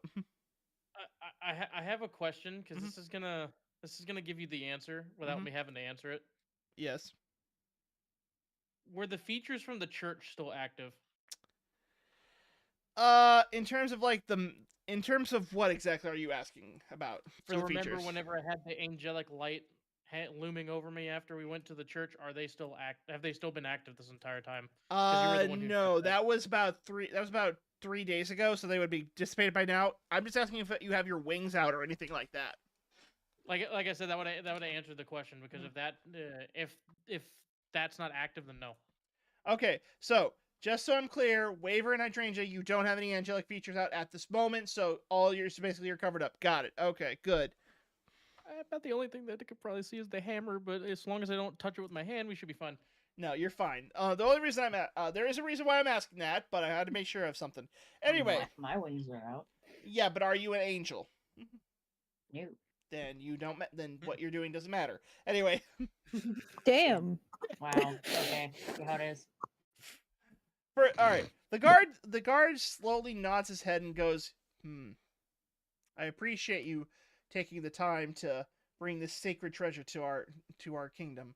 We will protect it and add it to the great Church of Thraben. It is very fortunate that you were able to protect it. Brigands and thieves among the highways would have done anything to acquire this moon silver. It is quite valuable. While with the amount you have here, this could easily have been worth close to 500,000 gold. What about the dead people? Their sacrifice for the blessed sleep is upon them, and I hope that their souls find peace in the afterlife, and their souls may not be brought back as hideous abominations. Nico just takes a big sniff of the relic because she's basically saying goodbye to 500,000 gold. Goodbye.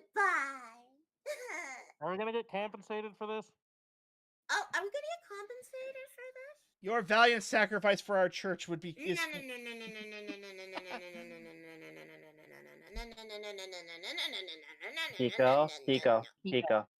Hiko. No. You guys hush. I've been quiet this whole time. You let me talk. Okay, fair enough. We had to deal with an army of undead, not once, not twice, but 3 freaking times.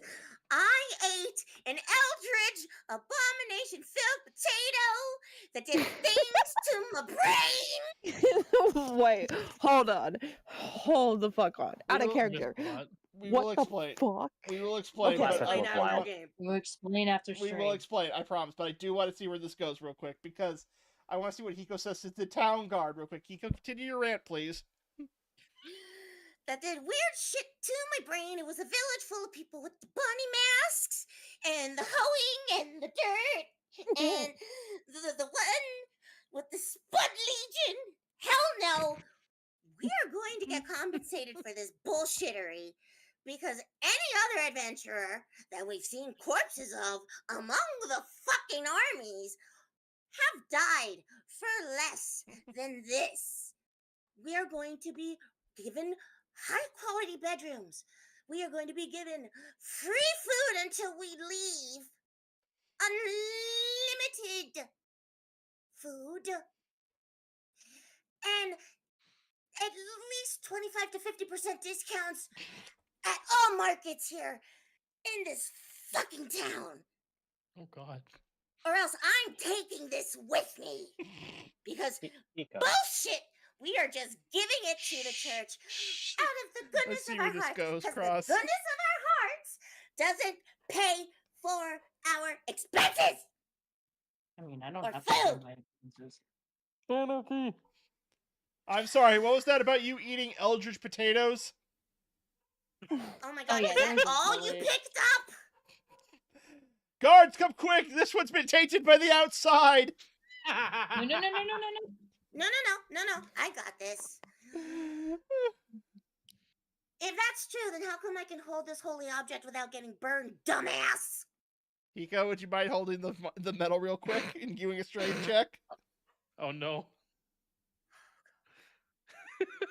Yay! So, Hiko, you try to lift the heavy 50-pound object in front of you up with, all your strength and rage, and you just go, See, and it just drops on the ground.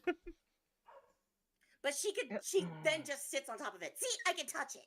I can touch it, and I'm not on fire. Therefore, I've been cured. So don't try and pull this shit on me, buddy. Or else I will call you a fucking heretic. Jesus I know how powerful that word is. Jesus fucking Christ. Hiko, would you like to make that a persuasion roll to see if that works? Can I make it an intimidation roll? Yes, with advantage. I'm gonna put guidance on that as well. With advantage? Fuck yeah. With guidance. Oh my god. I got a 16. God damn it. All right. Roll me 1d4 Wait, of you have guidance. guidance? Yep, 1d4 of guidance as well, Hiko. Come on. An 18. Okay. 18. So somehow, after that rousing speech by the guard, he starts to look at you, and he can swear he sees a little demon appear from behind you, and it looks like it has no eyes, and just a mouth, and it's just ranting and yelling and screaming. and the guard goes, "All right, come on in." He just opens the door and lets you inside. Garson, since my character's tied up, can I just kind of hobble over there and just sneakily No, grab you're one not of them tied and walk up. away? You're just gagged. Yeah, you're not tied up. Okay. Well, I'm gonna walk over there and just kind of grab one of the stones and put it in my pocket. The guardsman goes, "I'm sorry, sir, but we must preserve this moon silver for only the angelic flights." Wait, my character's gagged, so I'm gonna pull the gag off a second. It's like, angelic flights, what do you mean? Moon silver is sacred to the angelic flights of Innistrad. It is what gives our angels the ability to fight back the wickedness. Angels, you say, eh? Yes. Show 'em your wings, Waver. Well, oh god.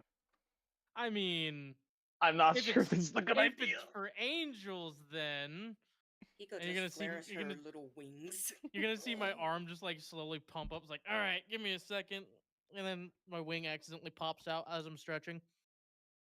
A divine being. And you see him just prostrate on the ground in front of Waver. "I am so sorry, Your Holiness." Is this Huh? fucker kowtowing to what? To what? The sky? A cloud? To Who's he Waver. kowtowing to? To Waver. No. That's the who's joke, he Garson. Garson, that's the joke. Oh. Yeah, I'm gonna turn over to everyone's like, free housing. And 50% Jaw drop. discounts Blink, blink. at all markets. How did that work? Anyway, so the guard lets you inside. Waver, you are getting an armed escort inside because you look angelic and you have your angel wings and they can sense divinity off of you.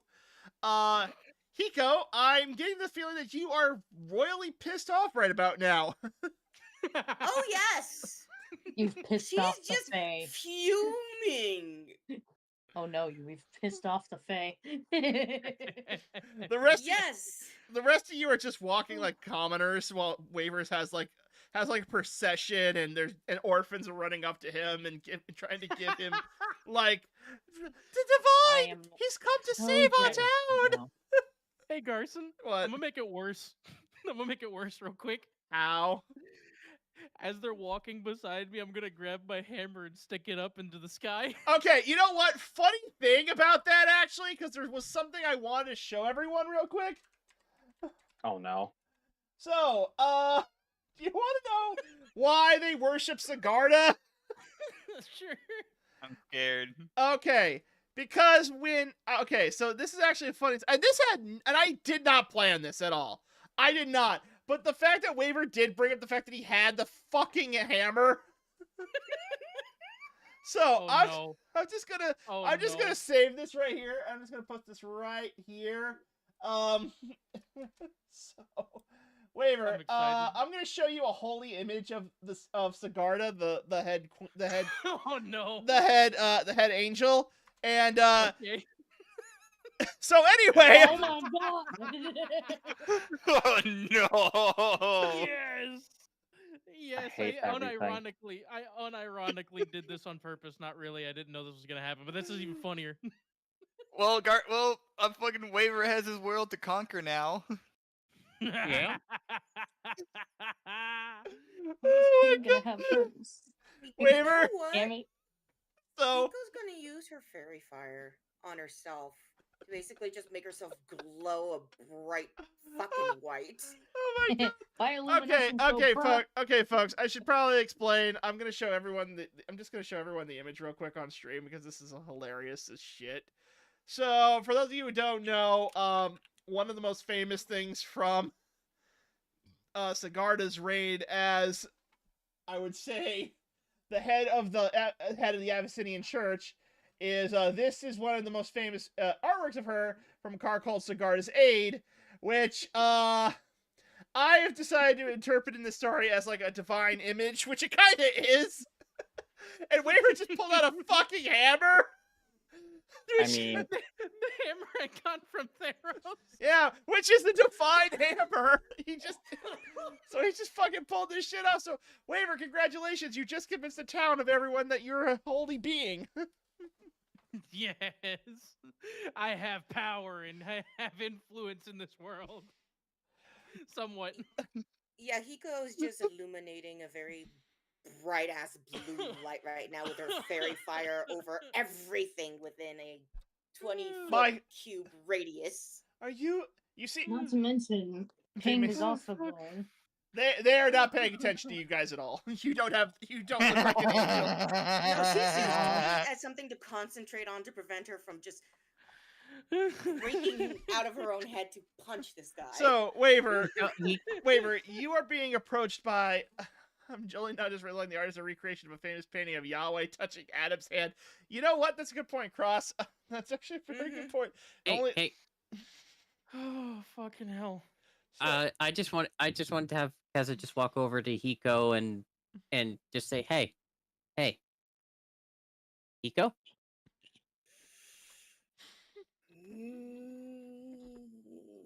Hey, you know what? While he's busy off getting the praise to fill the void in his heart, we can go take a look around and see if we can find Cersei. Her ears just perk. She just cancels the fire, just instantly looks over at Keza. Can we go shopping? I don't see why not. They'd probably give us shit for free, but being related to him. But we will take a long. We will take. Who? I'm sorry, I don't know who you're talking about. Fair enough. Let's. We do have some of the gold. From the stuff from that one house. I think it was like 50 gold or something like that. Yes. Also, I just need to continue this. I just want to continue this a little bit real quick. Waver, you're being approached by several children who are just looking at you and awestruck and basically thinking of you as a god made upon Earth because they think you're related to Sigarda. Waver, they ask, Are you the divine visionary that has been foretold? Yes, please say yes. Please say yes. I'm not gonna be able to fucking deceive them. So here's what I'm going to say. I may not be exactly a visionary, but I can give you some words of wisdom in order to fill the void of having any doubts in your mind. Create things, build things with your hand, and become one with mechanics.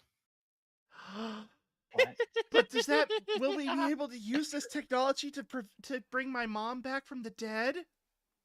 If you learn anything about mechanics, my child, you will be able to do anything. Mechanics is the future. Magic and science are the future. I have done something so terrible, and yet this was not how I imagined this, but I'm not gonna lie, this is actually hilarious right now, and I want to see where this goes. Waver, you are being led off to the Abyssinian Church in the middle of Thraben. They are saying that you are going to go speak to oh my god, I can't fucking speak right now. I'm laughing so hard.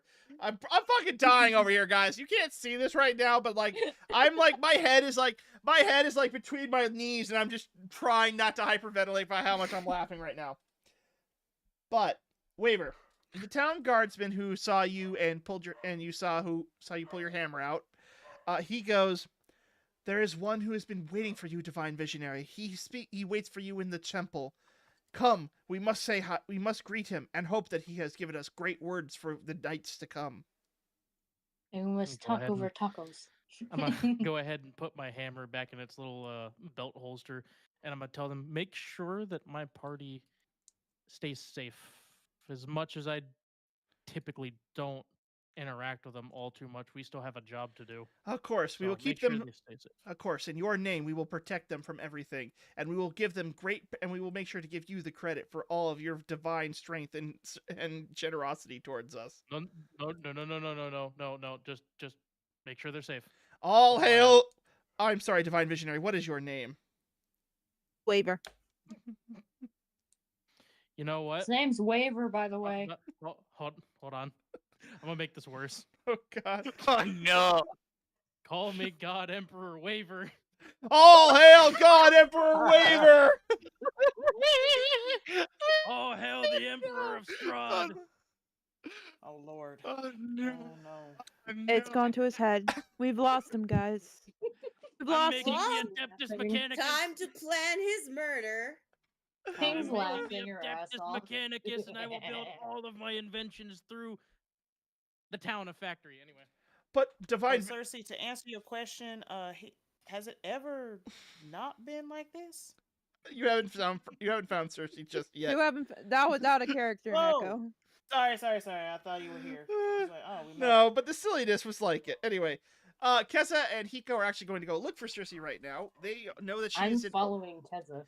And Pink is following Kessa. So, Waver, you're being led off to the church to be worshipped as a god made flesh, I guess. Like a demigod. Yes. A demigod, basically. Well, technically speaking, what's happening is that they think Waver is one of Sigarda's angels who's come down to Earth. Messiah. He's the Messiah. No, he's more like the divine warrior to protect them. Yeah, an apostle. But then he pulled that stupid hammer out, and now everyone thinks, oh, wait a minute, he might be really good with Sigarda. He might be one of Sigarda's elite angels. Might be one of Sigarda's kin. Yeah, well, if he's an angel, that's already happened. So Hiko. Yeah. Don't worry about it. That's as much as I hate to say it, that was probably the best thing that could have happened, because he'll be happy to do anything to protect the people who worship the god. Yeah, so people like that need someone to kiss their ass all the time. So we made our job about 1,000,000 times easier. Hiko just tilts her head at them and actually looks very confused. Who are you guys talking about? I honestly thought they were just bowing down to like some freaking ball of air that was like right there. That just, yeah. Oh, you actually don't acknowledge his existence. Okay, well, anyway, back to the adventure of finding Cersei. Yeah. So anyways, we're going to actually, you know what would be a good idea? I could wild shape into a getting hound me a lot of and food because I'm going to eat a sandwich. Well, we do need to get food. We also need a place to stay in case we can't find Cersei. So why don't we look for an inn first? Get rooms by telling them we came with some glowing ball of magic and holiness or whatever. And then we go looking for her after we, actually use the rock thingy. Sending stone, yes. The pop part, to get in contact with her. This pop rock, okay? The little pop rock. Yeah, but Hiko? Huh? I'm gonna need you to take point on this one. Because, yeah, sure, I can. There's probably gonna be a few doors in the way that I'm gonna need a strong Hiko to take care of them. Oh, that's cute.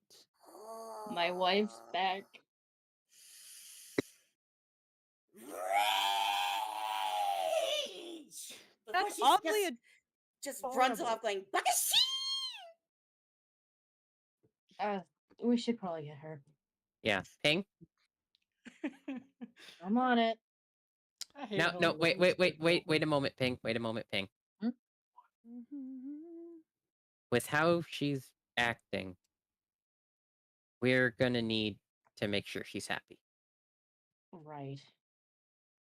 Because she is an adorable, precious being with honestly a penchant for destruction like I have not seen. But it doesn't seem to be malicious, if that makes sense. That is true. So and you just hear from the distance, ah! and that's our cue. Yep. Let's make sure she doesn't like hurt anyone. Yeah, I'm but when we sorry, what? Oh god damn it! When we get to the market, we're gonna need to buy some silver weapons because, as much as I enjoy this cleaver, I think it might be a little bit unesthetically pleasing to be walking around going, "Hi, I'm your defense," while holding a meat cleaver. See, Ping didn't even is think about trying. Ping is trying her damnedest not to fucking burst into laughter at that statement. So she's just going. Okay. Meanwhile, And God just looks at his notes and goes, "Where did I go so wrong?" and you just Where did I go Hiko wrong with these coming ones? back just as fast as she can. So I just love the fact that your character literally said something about the meat cleaver, and the first thing that came to my mind is a fucking like killer from Dead by Daylight just walking around with the meat cleaver being someone's protection. Yeah. So and Keza just looks at Ping and goes, "Do you know what would be really funny though?" What? And Keza holds up the mask that they used to wear most of the time, and goes, What if I combined these two and was the defender of Asshat over there in the most terrifying outfit possible?" Oh no. This sounds like a bad idea. This sounds like a bad idea, but boy am I all in for it. All right. So let's get something aesthetically pleasing. Wait, and then when it comes we gotta sorry. get the DM. No, you're fine. Let's. All right, so DM move forward. I just want so after about 30 minutes of walk, I'm trying to get us back on track real quick because we have. I want to make sure that we at least get to meeting Cersei before we go into details again about everything. You make it to the inner area of the city. Inside there is another wall. This one's hard. This one's hastily constructed, made out of what looks like quick construction material. It looks more like a makeshift barricade. You see another town's guardsman guarding the only entrance into the old town. He says that and looks at you and goes, "What are you doing here?" Sorry, our apologies. We're looking for our friend who's around there. Around where? In the old city. Where in the old city? We don't know in the old city. Just the old city. We don't know. We got separated. Hmm.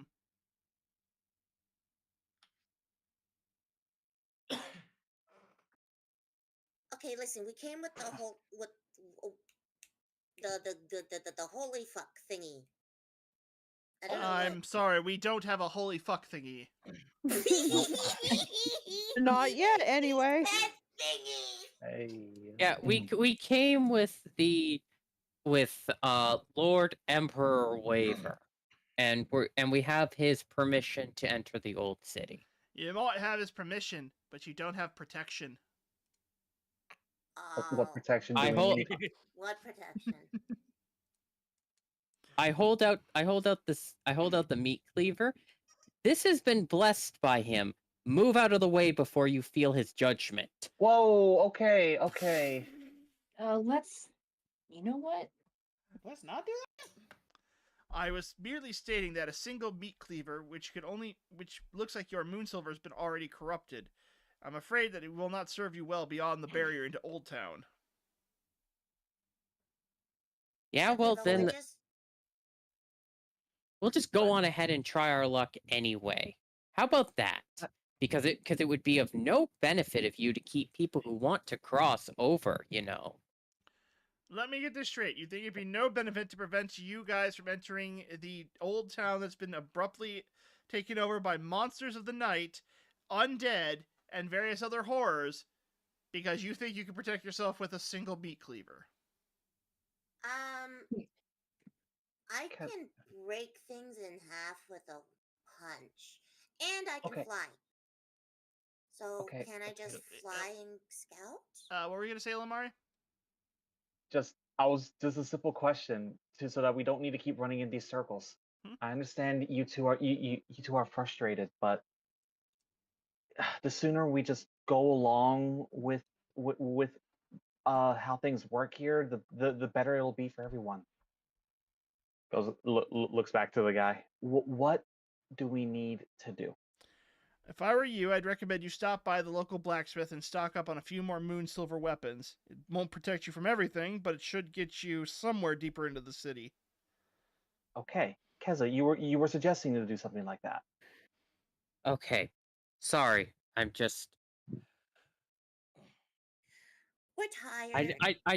I don't like being told what to do. Okay.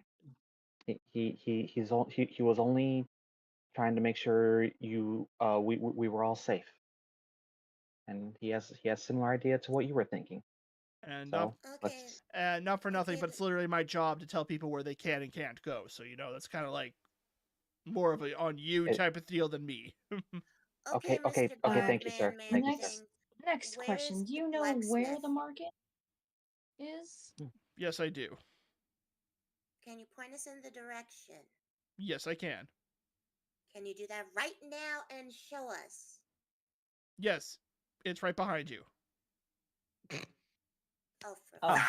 Thank you. I mean, that's helpful in that whoever needs to venture out or protect this area has easy access to armaments. Yes, Yes, it is a newer makeshift forged area, but we use it in order to supply the guardsmen to one day hopefully reclaim Old Town from the darkness. Can Hiko just punch the ground? You can. That's a good punch. So Hiko, you somehow managed to leave a massive crater, and as you walk away. So you ever see like an anime guy where he punches the ground and then it doesn't, and then like 2 seconds later there's a massive crater from the force. There, that would probably be the best way to describe it. Yeah. Anyway, okay. You head over to the battlefield forge area, and in there you see a grizzled old man with an eye patch, and a massive hammer. You see him working away on what appears to be the moon silver that you brought in from the previous church area. Huh. Okay. Okay. So we should melt it down anyway. So here's the thing. They probably know that we brought it in and are also attached to the idiot above. So we should be able to get a significant discount with that. We should get it for free. Let's push for a discount to free if the guy's being an arrogant prick. Gotcha. Hello I'll be good cop, you be bad cop. Okay, let's do that. Hi, I'm Hiko the Boom, and my party and I, we were the ones that brought this silver. So I was hoping maybe you could turn some of our best weapons into moon silver infused phenomena. Sorry, can't do that. Why not? Why? Because anytime you put moon silver on a conventional weapon, it won't have as much power as a pure moon silver blade. Let me basically break it down to you. Moon silver is the catalyst for destruction of all things of necrotic energy. It's pure and able to destroy most, if not all, of the dark forces you see on this plane of existence. So is there enough to make each of us like one weapon in particular, say like a chainmail glove that I can punch things with? I'm afraid not. See? Fuck. What about bladed gauntlets? I'm afraid I can't do that either. What can you do? He pulls out a big bag of short swords and just puts it on the table. I make short swords. Oh, for fuck's sake. It's a start. It's a start. Okay, let me ask you something. Okay? Yeah. Go ahead. Short swords are obviously your speciality, correct? I would assume that is one way to look at it, yes. Okay. And now obviously short swords have their uses. Not saying they aren't useful, but they don't apply for every situation that we could run into in the old city. Do you know of someone that we could take to use the silver for a potentially different weapon, such as like a ranged weapon, to make sure that we're safe?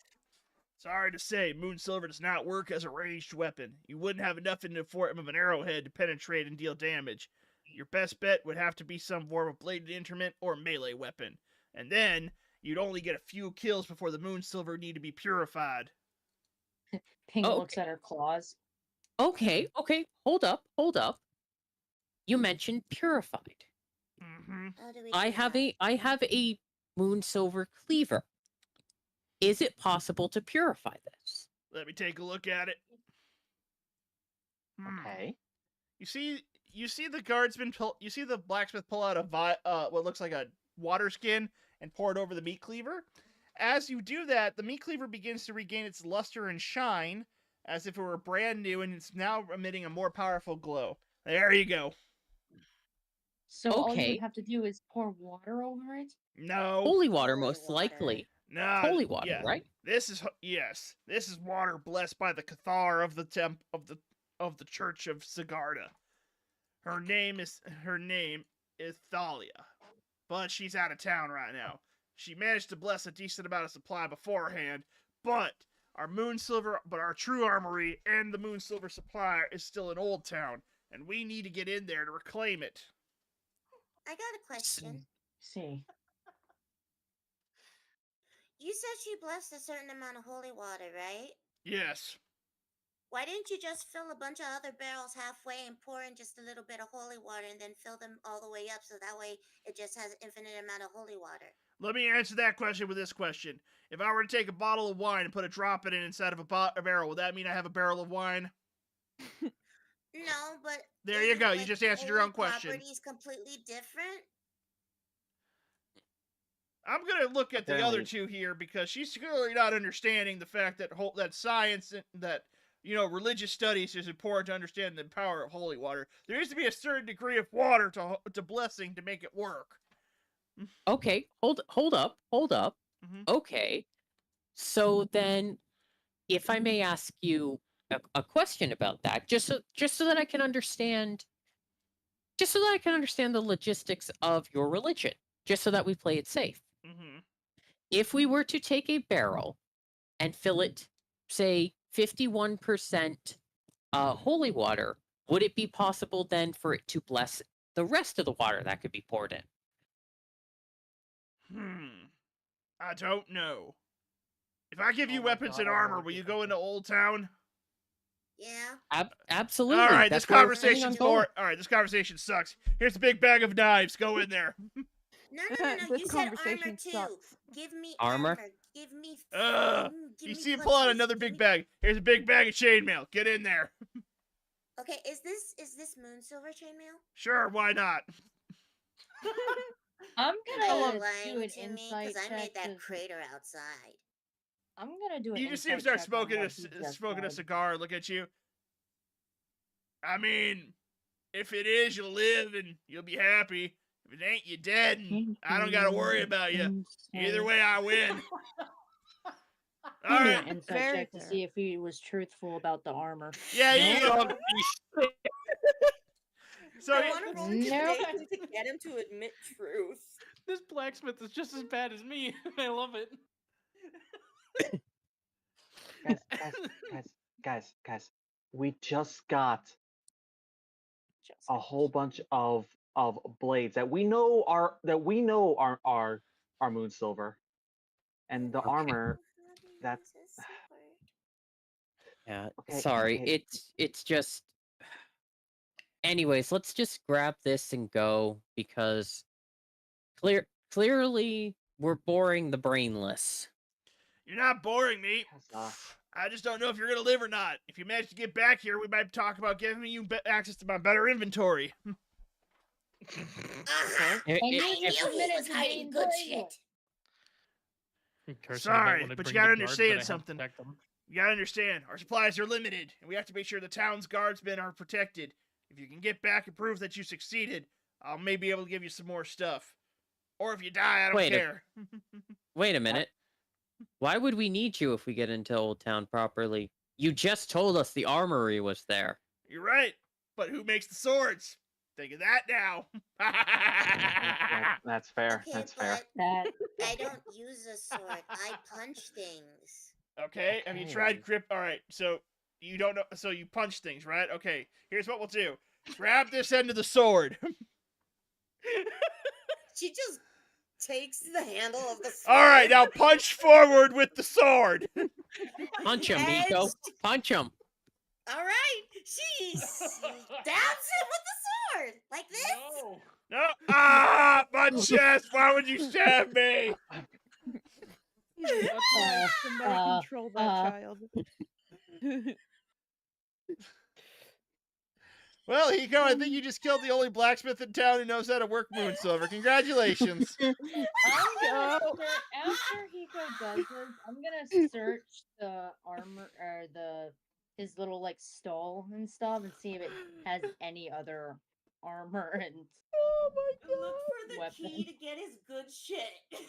Hey, wait a minute. Hydrangea goes to the body. Is he dead, or is there any sign I'm of bleeding life out. in him? Wait, Hydrangea, did you come with us? Yes. Wait, I don't know. Yeah, did you? all of us were together, right? Oh my God. Yeah. Not with What you guys. Yeah. We kind of split up from Waver. Oh yeah, no, I went with y'all because again, I'm watching Keza right now. Am I able to see any life in him at all? Yeah, you can tell he's bleed. You can also hear him scream, "I'm bleeding out!" right now.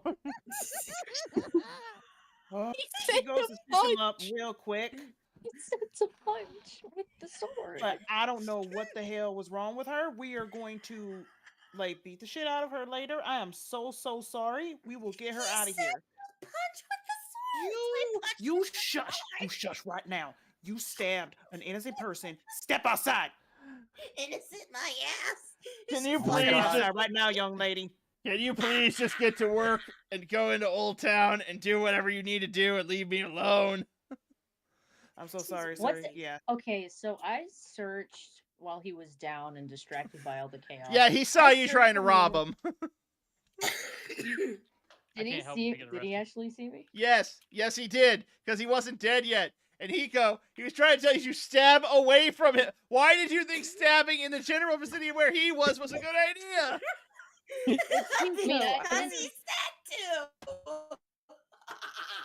All right, we're just gonna push this along so we can get to Cersei. Anyway, yeah. Tessa, she told me to do it. Anyway, the guardsman just starts. Anyway, just because to speed this along, the guardsman just comes around and starts dragging you guys over to Old Town and be like, you know what? You'll be better off behind this wall regardless. Try not to die. And now you're entering the Old Town. The Old Town is... The door slams on our face. Yes, pretty much. So anyway, you are all armed with 2 moon silver daggers apiece and a moon silver chainmail. Okay, cool. So I don't need the chainmail because monk shit. Okay, then. Same here. Also, how can I make these daggers into claws? Have you tried stabbing downward with it? So, I have to wonder, there's something that I am genuinely wondering, DM. Yes. And this is so. This is just because of my ability, and this is me asking because no one else can really do this. Did my astral arms hurt the undead? No. Like, they did nothing. They did a little bit of damage, but the undead in this world are, like, eternal. They're always coming back. Moonsilver is the only surefire thing that will kill them.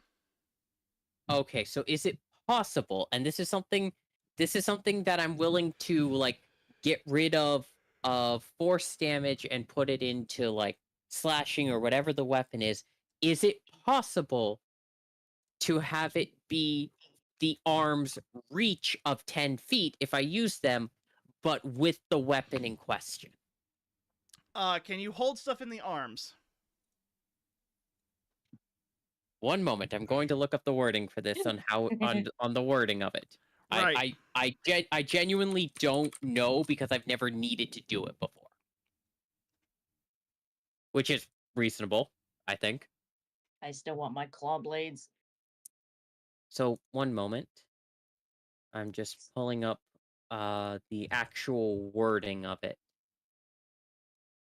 So just bear with me here for a moment.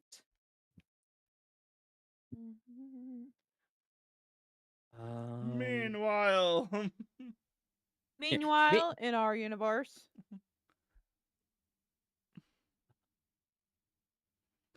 Meanwhile, at the Legion of Doom.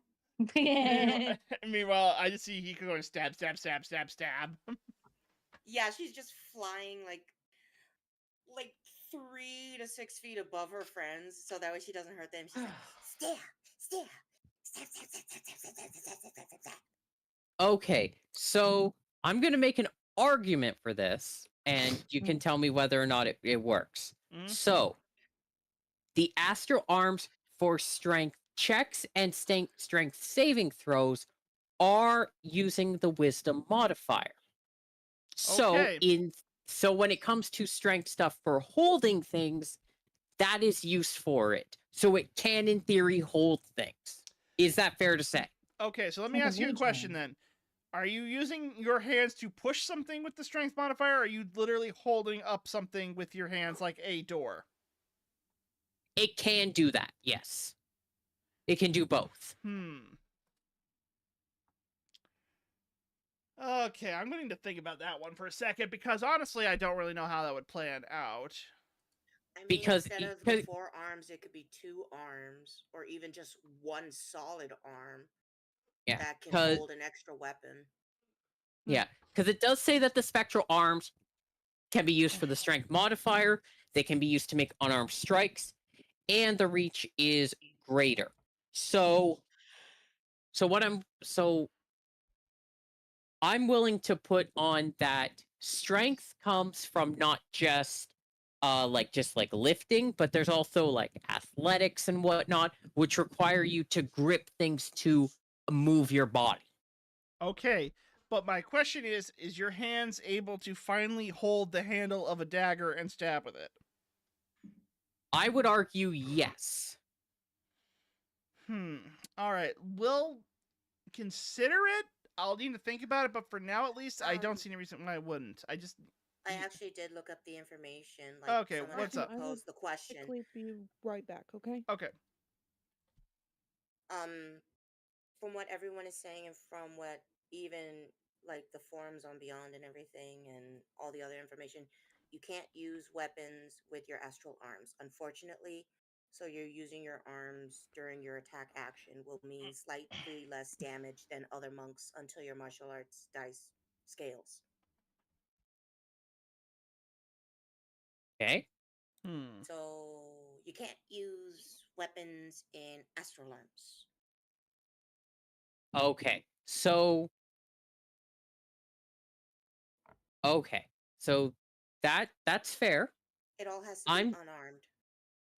Okay, so I'm just willing to ask. I'm willing to ask something of the DM just really quickly for in fights and whatnot with it.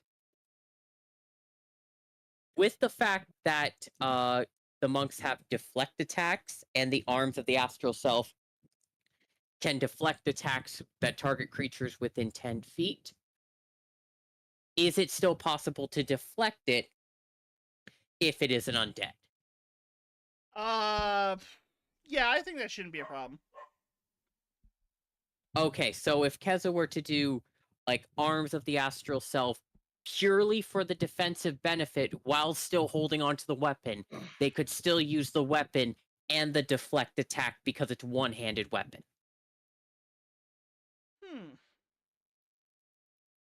Yeah, I think that could work actually, just based on the wording of it. So we'll go with that. Yeah, so it's basically for Innistrad, I'm using it purely to increase my deflect attacks. Okay, so you are now in Old Town with Hiko, Ping, and Hydrangea. And Illimari. Hi, I'm also here. Okay. You're so silent. We don't even know you're here. You're very quiet. It's impressive. I'm a soft individual. All right, you start. Anyway, you start in Old Town. Near Old Town, you see what looks like a modernized house. Based on what Illimari was able to pick up using her guiding comet spell, or however, was it guiding light? Is how it was the name of it? Guiding light, I believe. I can ping the exact thing. Yeah, it's but guiding light. All right, yeah. then yes, the guiding light thing that says that Cersei is in this area over here. Okay. So follow the glowing orb, I guess. Just one last quick check up in the sky. All right, let me roll the D100. This should have already worked. It did before, but you said you're casting it again, right? No, I'm not casting it. I'm not casting it again. I only put it there just to remember what it have a said. description, and it's just like a flavor that Ilmari's just like glancing up at the sky again. It's like, okay, I think this is the place. You think, it should or be you here. know? It should be here. I'm very certain it's here. Hiko knocks on the door lightly. Mm-hmm. Knockity. The door slightly opens up as Hiko taps on it with her stubby little hands. How dare you say they're stubby, you motherfucker. Sorry. God is not hearing your complaints today. Take it up with somebody else. Please leave a message at the tone. Beep. Yes. Cool, Garson. Can you please respond? Damn. So anyway, Hiko, the door slightly opens up as you tap on the door. Hello? I peek inside. You do not hear anything coming from inside the building. She pushes the door open to step inside and investigate. I have a roll investigation. Okay. I'm gonna make Hiko, a perception check. Should we? Hiko, why you dumb? Should we try to reach out to Cersei again and make sure we're in the right spot? Oh, yeah, good idea. Ilmari, I think you should try and contact her. Mm-hmm. Yeah. I will go and use my sending stone. I think we should go inside just to be on the safe side. Well, before we go in, I'm just going to just check. God damn it. Can I roll perception just to see what I see? Yep. Do you see what I see, motherfuckers? Do you see what I still gotta give Cersei the present. God damn it. Forgot about that. It's okay. I still have it. Just I'm not gonna be around to give it to you until we meet up in the game. Until we beat up the game, yes. Yeah. Until we meet again. Which, at this point, I don't know when. Until we meet again. Probably whenever they have their next the next council meeting between the Strahd vampires and the regular citizens. Oh, I mean, we haven't even had the first one between them. We'll see. So you go inside the area where Cersei is. You smell the pungent smell of death and decay. You definitely are making. Yes. On top of that, you are definitely picking up the odor of rotten food and sour milk. Ew. Oh. I look comfortable. Too comfortable. I mean, this place is comfy, and I mean, you know, at first, the smell makes me comfortable. What? Why does the smell make me comfortable? Because you grew up in the slums like me, I guess? I grew up in a petri dish. Cool! What the fuck's a petri dish? Don't worry about it. You have so much to learn. Actually, I don't know either. Does my sending spell to Cersei work? Yes, it does. Cersei, you are on the second floor of the building that they're in. Okay. Hello? Hi. It's me. Oh, Amari? Hi. Yes. Hi, I think we just arrived at where you are. We just entered a house of some sorts. A house? Is it like a big Victorian style? It's very big. Yes. We just entered the front door. Don't see anyone. If you're around, could you come to the front door? Hold on, I'll be right there. And she quickly hangs up, and you can hear like her because she's still wearing the dress. You can hear her heels just go. I yell, Cersei! Friends? Amari? Sweetie! Runs over in big hugs. He like is holding Ilmari for a long time and like brings Ilmari to her knees and be like, "Oh my god, I'm so glad you're okay. Oh my god, Kessa!" Smooches, all the smooches. Ping! Oh my god, Ping! What the fuck happened to you? Remember, I think Keza would be more of a good. Great. Yeah. She also like bring Keza down to her and be like, "Oh my god, I'm so glad to see you guys." Oh my goodness. Shut up and take my love and affection, you painful whore. Okay, listen here. The only pain I ever caused you. You're a thorn in my side, and I love you every second of it. Okay. Yeah. So, right. quick question. Uh-huh. This is gonna sound really weird and random. When you arrived on Innistrad, did you arrive normally? Fine normally. Like, did you end up where you were aiming to be? Yes. I think. Cool. Yes, Carson, you were. was I? Yes, you were. Okay, cool. Yeah, I got here where Strahd, where Soren was. Yeah, we ended up about 3 days out, and she points in the general direction of where they came from. Oh, oh my. We had a whole. We ended up outside of a lot of civilization.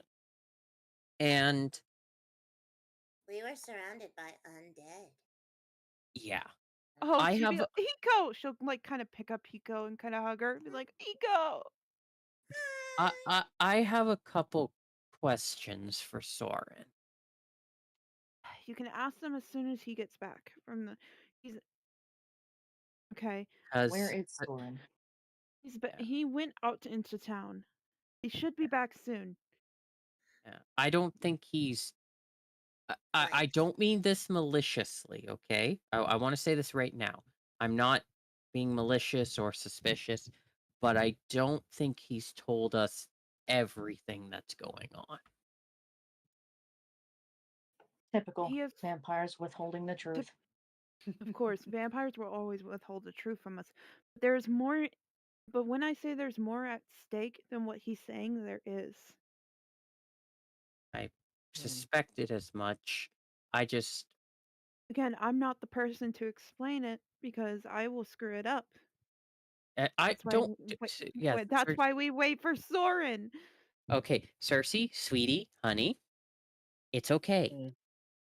You explaining things may not be your forte, but you're very smart in knowing how to get shit done. And that's why we're supposed to have a meeting with the Council of Strahd, and that is where I'm going to plead our case to stop whatever plans that the others have, because honestly, if I don't stop them, if I can't convince them to not go through with their plan, the only way to stop them is by lethal force. And you know how hard it is to kill a vampire. It's very hard. I thought you just stab them in the heart and decapitate them. Yes, but there's a lot. Listen, do you think He looks at Hiko. You think vampires are just gonna let you stab them? No. That's why you catch them off guard. But Cersei, the reason why I say that I have some things to ask Soren specifically is because I don't know if he's thinking about the whole picture. I don't know. Because outside of the cities, there's nothing. Just undead. No animals, no people. Just Hell, corpses. I couldn't even hear any birds on the way. I mean, there was only one village, but that was a village of eldritch potato worshipping, bunny mask wearing cultists. Wait, huh? It's a whole thing. Don't worry about it. But it's a long story. Yeah, but the reason why I'm so concerned is, I think those people may be desperate. Is the reason why war may be the only option, and if that is the option that is chosen, and again, I need to know the rest of the story because something isn't being said, and I don't know what it is. But I have a worry that if we are the ones to stop the rest of the council, I have a worry we may be just delaying the inevitable of having to do it again and again and again. I worry. I'm not saying this is like we shouldn't listen to Soren, we shouldn't follow his lead. I'm saying I need to know why specifically they're planning the things they are, because something isn't adding up. If it was just greed, we would see an abundance. We would have. Math ain't mathin'.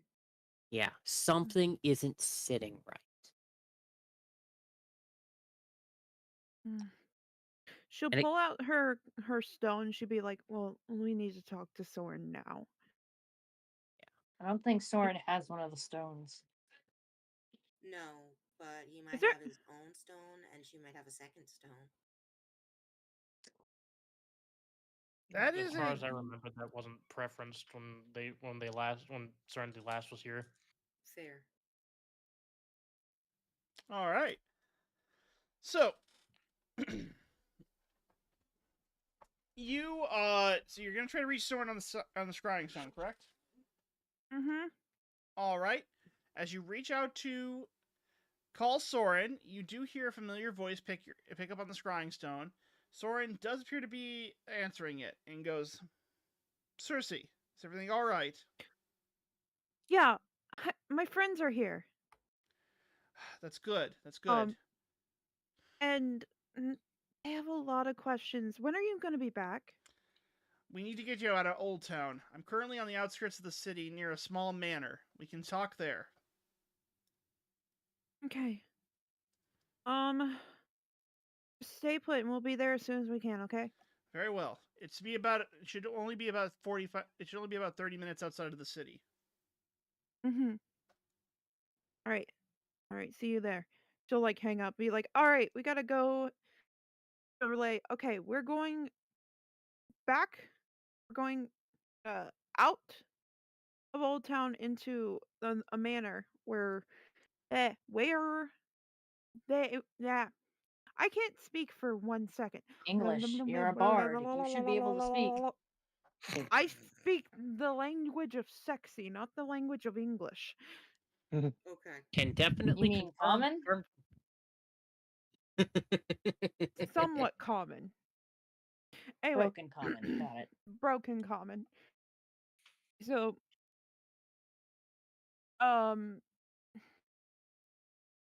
she'll be like, we have to go to this.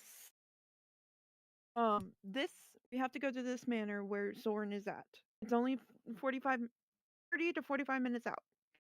Okay. So, we have to go now. Where? She'll look around. Where's Waver? Who? Waver. He is Also Hydrangea. She hasn't forgotten you. She'll hug Hydrangea really quickly. Be like, ugh. Hug. She was just like, she's just like a little bit deadpan. She's just like staring into space a little bit, but she gives you a hug. She's a little surprised, but she gives you a hug. So I'm gonna need everyone who is in the house. So Keza, Cersei, Haiko, Ping, and Hydrangea. I'm gonna need you to roll me a perception roll, and tell me who got. And I'll need to see who got the highest. Oh shit! So prescription? Can I do guidance on mine? What the fuck? I got 21. I already did. All right, Hiko, you got 21. Keza, I'm gonna do guidance on me. Keza, you got a nat 1, so you're not seeing shit. Hydrangea got a nat 20. All right. So Hiko, Hydrangea, I got 23. All right, Hiko, Hydrangea, Cersei, you all immediately freeze and you just stop talking, and you begin to hear scratching and rumbling noises from underneath the floorboards. I got a 20. All right, Ping, you pick up on them immediately as well. Keza, you're staring at the floor. Hold on. Yep. That's a flaw, right? Yeah, that's a floory floor. I'm glad I'm not there. This floor is made out of floor. Get the heck out the way. Something's about to come in here. What is y'all hear that too, right? Mm-hmm. Meanwhile, jumps up into the air, points Hold on. down. Go ahead, Garson. As I say that, from the door to the left immediately is smashed open, and you see two massive flesh giants appearing from the basement floor. And they're like full on zombies trying to reach for your brain. I knew it! I was gonna say it. They're beneath us. Okay. What was that, Waver? No time to daze off now. I said I'll make the zombie sounds. Thank you, Waver. Oh shit. Okay, everyone get behind me. Quick DM question. Yes. Have we rested since last session? I'm gonna say you rested in the carriage on the way up here, so yes. All right, good to know. So just a small thing, because I forgot to do this earlier. I wasn't exactly sure if we rested or not. Mm-hmm. I just want to set up my Cosmic Omen. All right, what were you gonna set it up with? It's just I roll a die, and then depending on what it rolls, either odd or even, something happens. So I'll just do a d20 roll. Okay. 6 even. So wheel. So until my next long rest, I can do a reaction to add a d6 to someone's d20 roll. Nice. Oh, okay. So yeah, I just have that. So can I try and roll intimidation to scare the zombies away? Yeah, so the zombies aren't really they're zombies. They're not really faced by intimidation. But you guys still have that moon silver. But you still have that moon silver stuff on you, right? Right. Stabby. All right. So you see the two flesh giants try to penetrate the floor and the wall behind you. The one to the under the floor looks like it's a more younger flesh giant, and where his heart should be. You see like an electrical condensing device or something. Like a bottle of lightning or something like that. The one to the right is more the one to the right, or coming from the other side, that one looks more like it's a traditional zombie, stitched together, brought up by necromantic magic.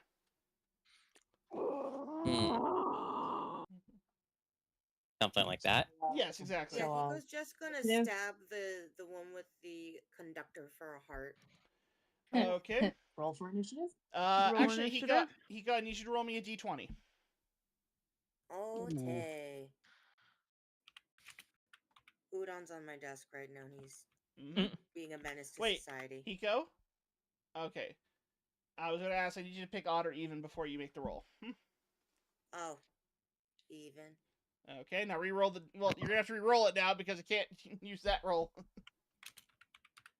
Okay. Let's hope it's even. Udon, stop! I almost squashed your head. Oh my god. All right. So, you're able to... So, as you go up to it, you take the Moon Silver Dagger and you just, like, plunge it directly into the condensing heart of the zombie.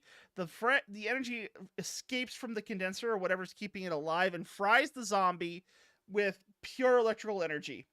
There's a massive blood spurt coming out of its throat, and where the dagger is impaled on it, you see that it has basically destroyed the flesh golem and cooked the flesh golem from the inside out, leaving behind a blackened husk as from before. It looks also like it's been it also looks like it's been dehydrated as a means, or like it's been drained of like precious life. And that zombie is dead. Mm-hmm. Meanwhile, the other one is trying to break through the door to come and eat you. Can she jump at the other one and basically do the same thing? Maybe. Do I have to roll acrobatics? No, I'm going to need you to roll me another d20 this time with odd. This time you have to take the odd number. You're welcome for the door sound, Garson. Thank you. Let's go odd. Yes! All right. As you stab this other golem with the Moon Silver Dagger, it immediately is drained of its life force again, and this time the dagger that you had is becoming more blackened by the draining of the life energy from the two flesh giants. This one, the dagger looks very, very, very, I would say, not tarnished. Tarnished would be the best way. And it looks almost rusted in some places too. Oh, tarnished. Fuck, god damn it. You are maidenless. Shut up. But yes, so that is where Hiko, your dagger now is a lot more tarnished and rusted, and it actually seems to be causing a burning sensation in the hand that you're holding it in. And she just lets go of it and jumps away since the dude gave them a literal bag of fucking swords. There's only there's only like 5 in that bag. Everyone got a sword. Well, I don't need sword because I'm more magic, but Okay. I hold the sword in my fucking mouth because I'm okay, Zorro. Weird like that. Bag of knives. Everybody gets a bag of knives. But yeah. Everybody gets a bag of But knives. you then see that the two zombies that were a threat before you have now been laid dead, but their body is now drained of all life energy, and they have become blackened husks instead of normal corpses again. So that's fucking weird. I think it just No, I think it just released their life energy or something. Well, that's I'm gonna. Can I poke the body of one of the flesh giants with the sword? Yeah. I'm gonna poke it. Okay. So, as you no, but your sword, Ping, the sword you stabbed with doesn't actually change sheen. It looks like it's still okay. Apparently, still shiny. Yes. No, I don't think I put the Oh, I think I didn't put the alerts on this one. Sorry. Yeah. So. Well, it's a good thing that that's taken care of. We may get into a fight with more of them, but at least for now, we know that for sure this works. I'm going to check and see if they have any loot on the bodies. Loot that body. Gotta loot that body. He's gonna be like, first of all, what the fuck are those?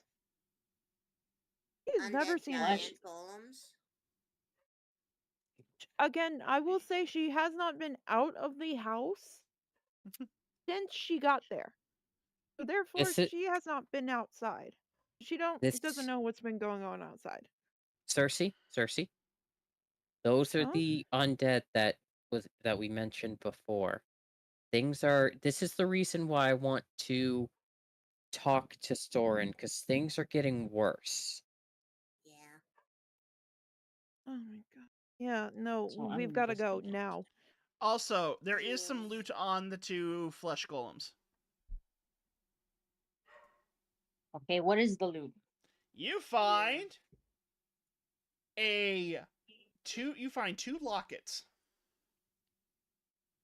I'm gonna open the lockets. Hiko, you're so stupid. So Hiko, you basically can't find shit. Yeah, Hiko, I'm sorry to say you don't find shit. Instead, you trip and fall on your face. But you don't take any damage. It's just kind of a little sad. It's just kind of a little sad. Hiko's just laying on her face on the floor, and you just hear it. So, Keza, you trip over Hiko, and then now you're planted on the floor. Ow! Ping is enjoying the view. Can we make this a 3-peat? Does anyone else want to try to investigate and see if they also rolled a 1? You know what? I'll do it. Investigate. I will do it. Hold on. Let me get back. Please get a nat 20. Please get a nat 20 on this one. So investigation? Yes. I have a noodle in my hand, and he's being silly. And close enough. Okay. Close enough. Damn. So, seriously, you actually also find something on the flesh giant's body. Tell me what it is, God. You find what looks like a piece of holy text, like a single page from a holy text. What is it written in? It's written in angelic or celestial, I guess would be the best way to describe it. Look towards Illimare. Hey, honey, can you read celestial? I can't read this. I cannot. I think Hydrangea can. Hydrangea, sweet girl. Can you read celestial? Yeah. Let me see. Can you read this? I can't read. Yeah, give me a second. No, I can't. How do I read? Because that's actually my language. So I'll translate it directly, and then it'll be as if. So I'll translate it directly, and then it'll be as if you're telling the party this. So okay, Draconic, abysmal, and abysmal. So abysmal, yeah. So Hydrangea, Hydrangea, what you read on the piece of paper is. It is what appears to be a prophecy from the Book of Angelic Destiny. The page. I say that to them. Okay, so this is what the page says. When the moon is bright and silvery, the light from it will cast down upon my god, now fuck it, now I can't talk. God damn it, you all curse me. Take your time. Take your time. Want me to read it? Take your time. No, I got it.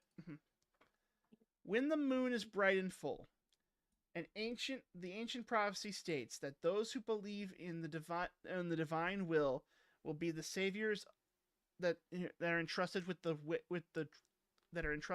soul of the world. Those who are not worthy of it shall be burned alive, and their ashes spread to ensure that the great cleansing will be prevented. They will be seen as saviors, but they will end in failure.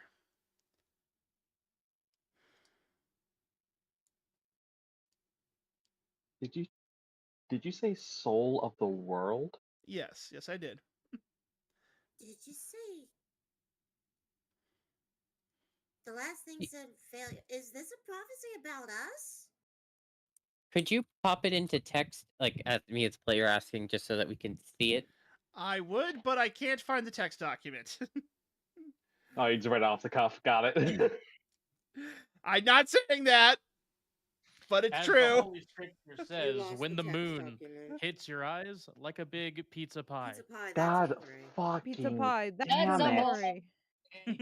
So anyway, waivers pun aside, yes, that is what you do see. But no time to think about that as the two corpses begin to shrink down to more humanoid form, and you kind of can either stay in the inn if you want, but I think you got a meeting with Soren in about 40 minutes. So I'd run now. Yeah.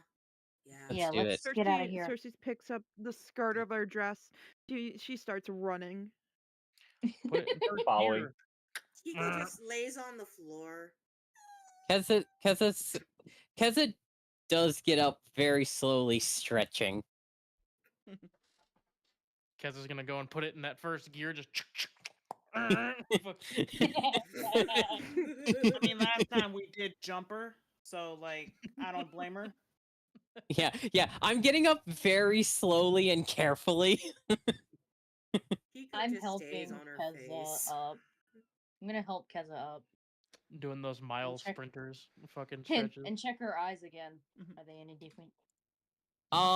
Actually, Ping, the swirling is very strong. Oh no. Oh no.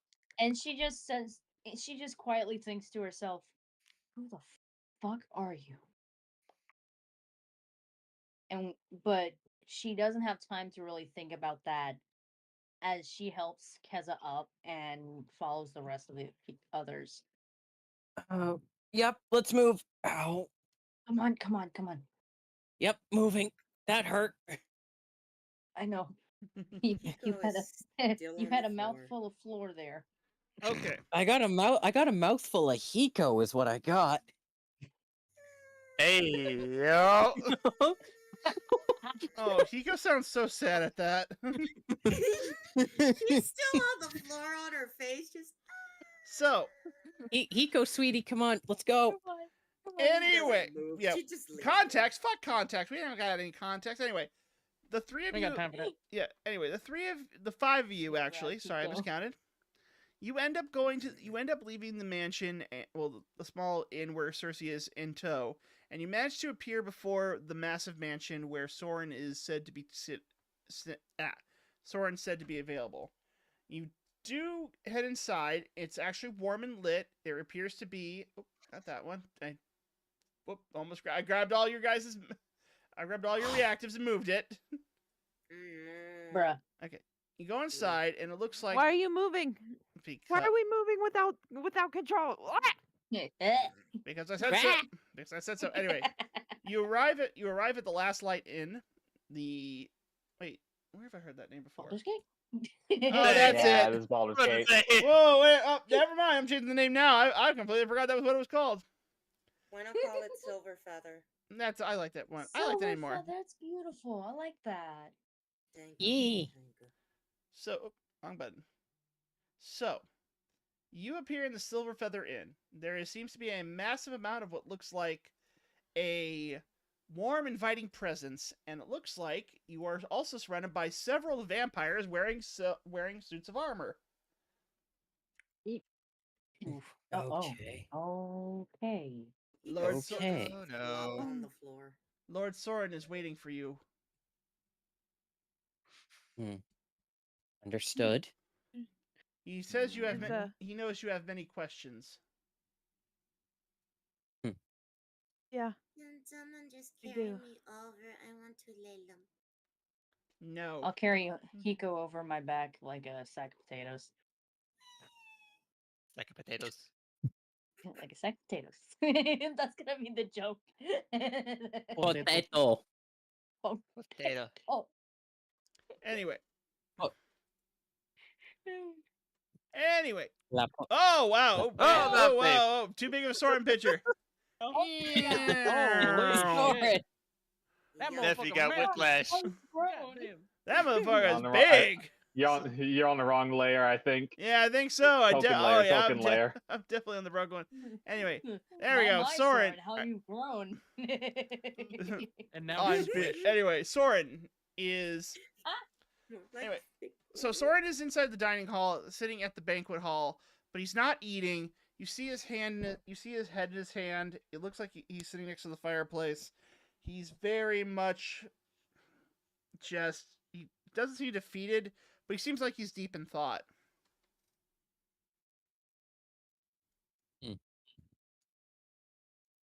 Oh, okay. Soren? Cersei. Are you okay? Cersei, thank you. It's been a rough couple of days. It's good to see you. It's good to see all of you. Yeah. But first, are you okay? You look. You seem distant, Soren. You don't look good at all. I don't know how to. I don't know. It's been. Are you hungry? No, I'm not. Though I will say, I've got a lot on my mind. And it seems like from the look on everyone's faces here, you all do as well. What's actually going on? Yeah. I'm assuming that by now you're probably asking about why there's. Hang on a second. This is just bothering the crap out of me.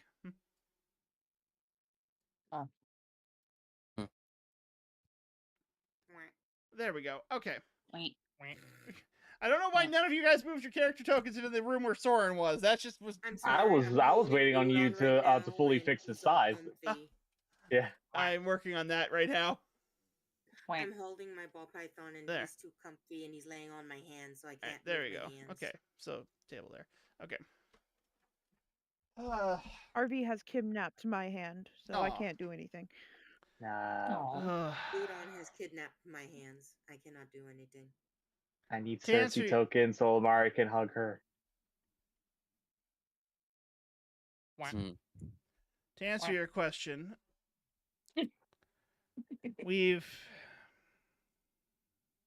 I don't even know where to begin. How about you start from... Us why the fuck there's a shit ton of undead, and how come when your name was mentioned to a guard, when we first arrived, they freaked the fuck out. Hostile. Them freaking the fuck out is normal. Humans don't want to be around vampires, let alone anything of the night. So I don't excuse them for not wanting to speak with me.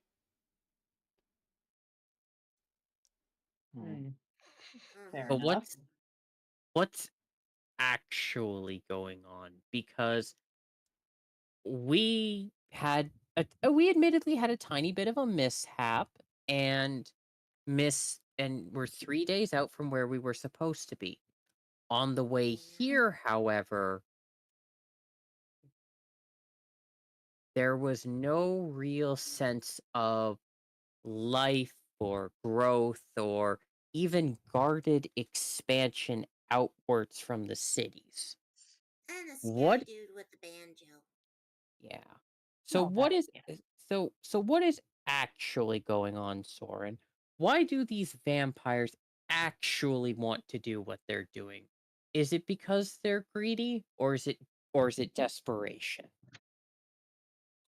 To answer that question, I'll need to give some context. I had hoped that I had given everything I needed to say, but apparently that's not going to be the case.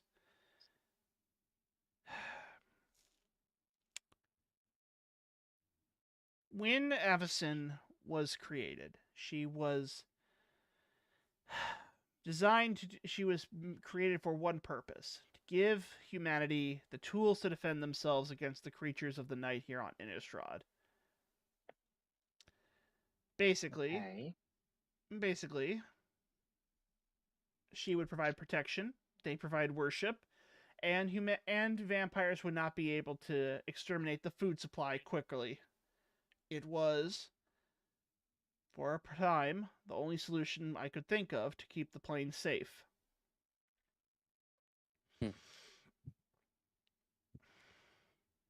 But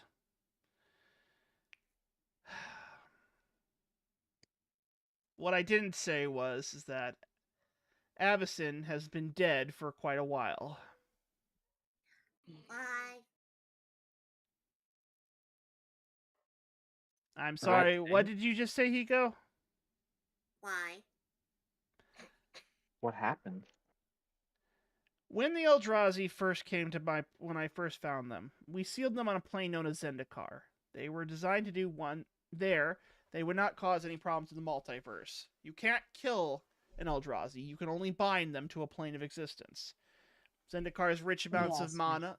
Yes, Zendikar's rich amount of mana, along with the skills of the other planeswalkers I had found, allowed us to trap them there. And for a time, they were away, and the multiverse was safe. But that changed when my apprentice, she lured one of them here, the most powerful of them all, the great Emrakul. Why would she? Why would they do something like that? I am to blame for that. As you have to understand, when we chose Zendikar, we chose of the fate of the many outweighing the needs of the few. The multiverse itself could not handle 3 titans gorging itself endlessly across the multiverse and seeking all types of living creatures to feed an endless hunger. But well, how did we get rid of it? I'm getting to that. Basically, please let Soren talk. Basically, a while ago, the bonds of the 3 titans were undone, and they were sent out into the multiverse. But a group of planeswalkers, much like you and Cersei, Keza, were able to destroy 2 of the titans on Zendikar itself. However, the third one, Emrakul, as I mentioned, was not destroyed in the fight. She had fled into the blind eternities, and my apprentice brought her here. It was a terrible prospect, but the madness that Emrakul inflicted on the plane caused Avacyn to go insane. She believed that all wickedness needed to be purged from it, and created the burning blade flight of angels. They were zealots, killers, madmen. Those who worshipped them became known as the Lunarch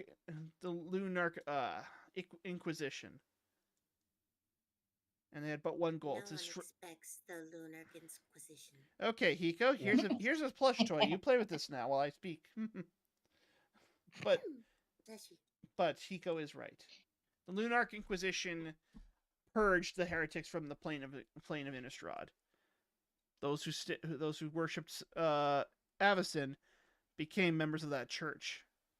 And Avacyn, unfortunately, I couldn't do anything about it. I couldn't cure her, so I had but one choice.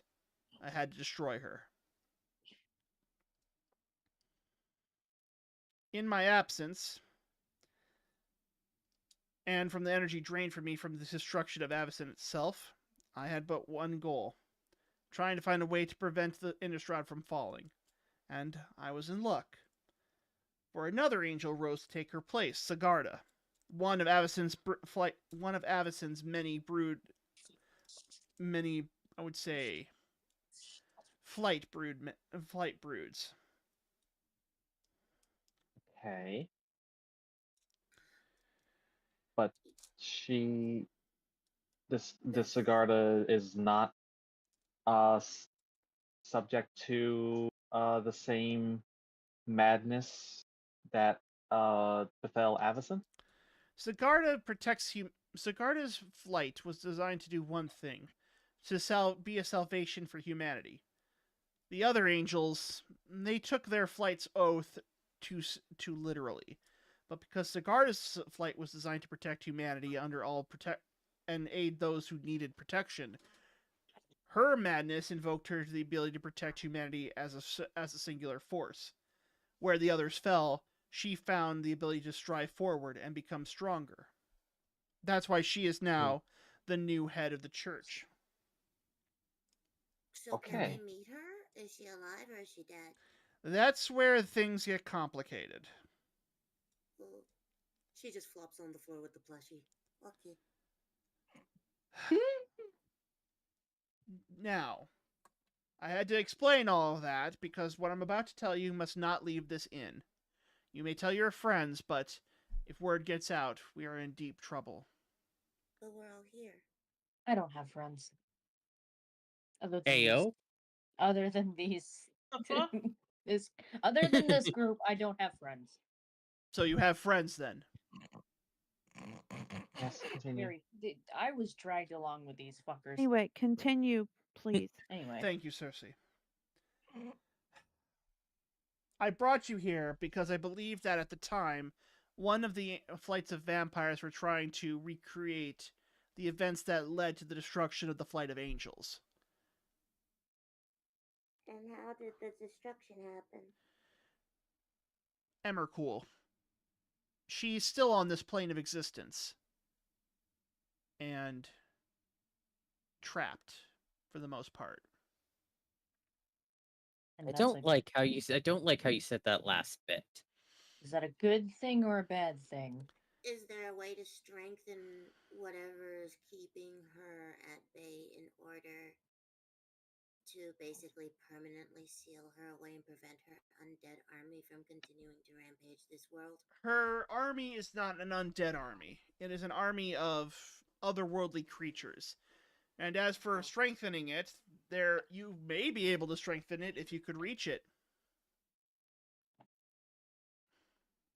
The only problem is Emmercool is sealed where no angel, nor man, nor vampire, nor anything can reach her. And where is that? The only place that would have enough of the moon silver to maintain a prison of that strength. Eyes widen. You don't mean. I do. Emmercool is imprisoned in the moon. The moon haunts you. So okay, don't tell us we're going to the fucking moon. I don't even the fucking moon. No. Damara's reaction. No, I'm afraid. Someone who knows lunar magic to shove the moon into the sun. That is not why I'm called you here. Even if you could get to the moon, there's no way that you would be able to strengthen the seal. Not to mention, we don't even know if your magic would work outside of that area. No, that's not the problem. Then what is? In my absence, I thought my family were responsible for trying to use the power of the Eldritch Moon to strengthen their own vampiric abilities. And they made a call, didn't they? No, it's someone I wasn't expecting.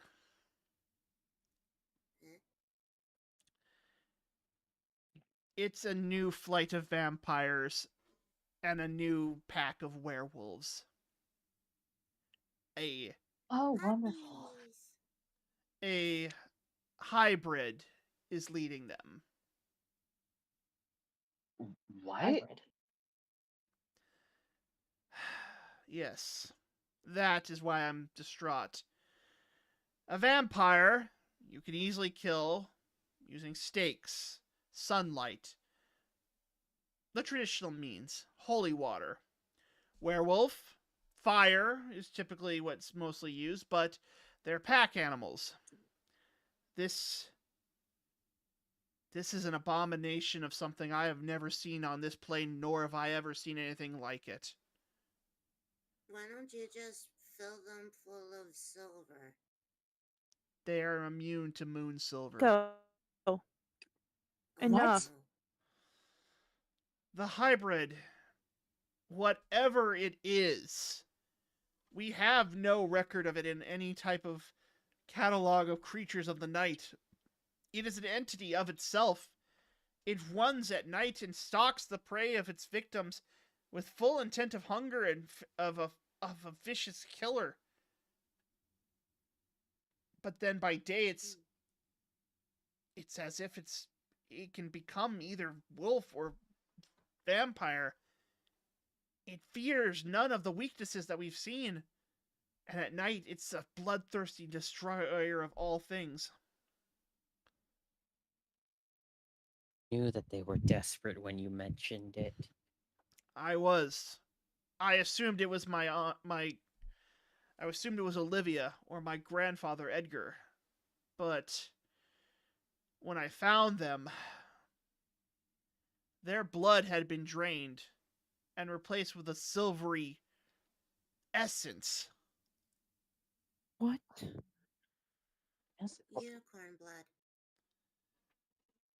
Whatever Was this... it oil? It wasn't oil in the Phyrexianized oil. It was a liquidy version of moon silver, but it was as thick as blood. Whatever this hybrid is, its blood is moon silver. Can I do a nature check to see if I remember? Because she... You can do a history or nature check. Okay, history nature check, because she is... I'm gonna do a history check.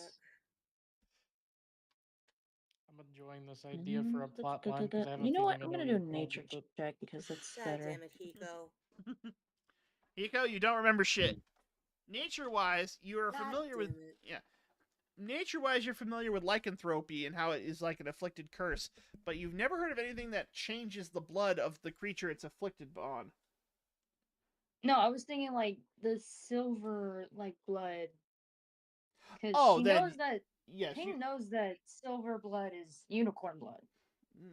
Or something akin to it.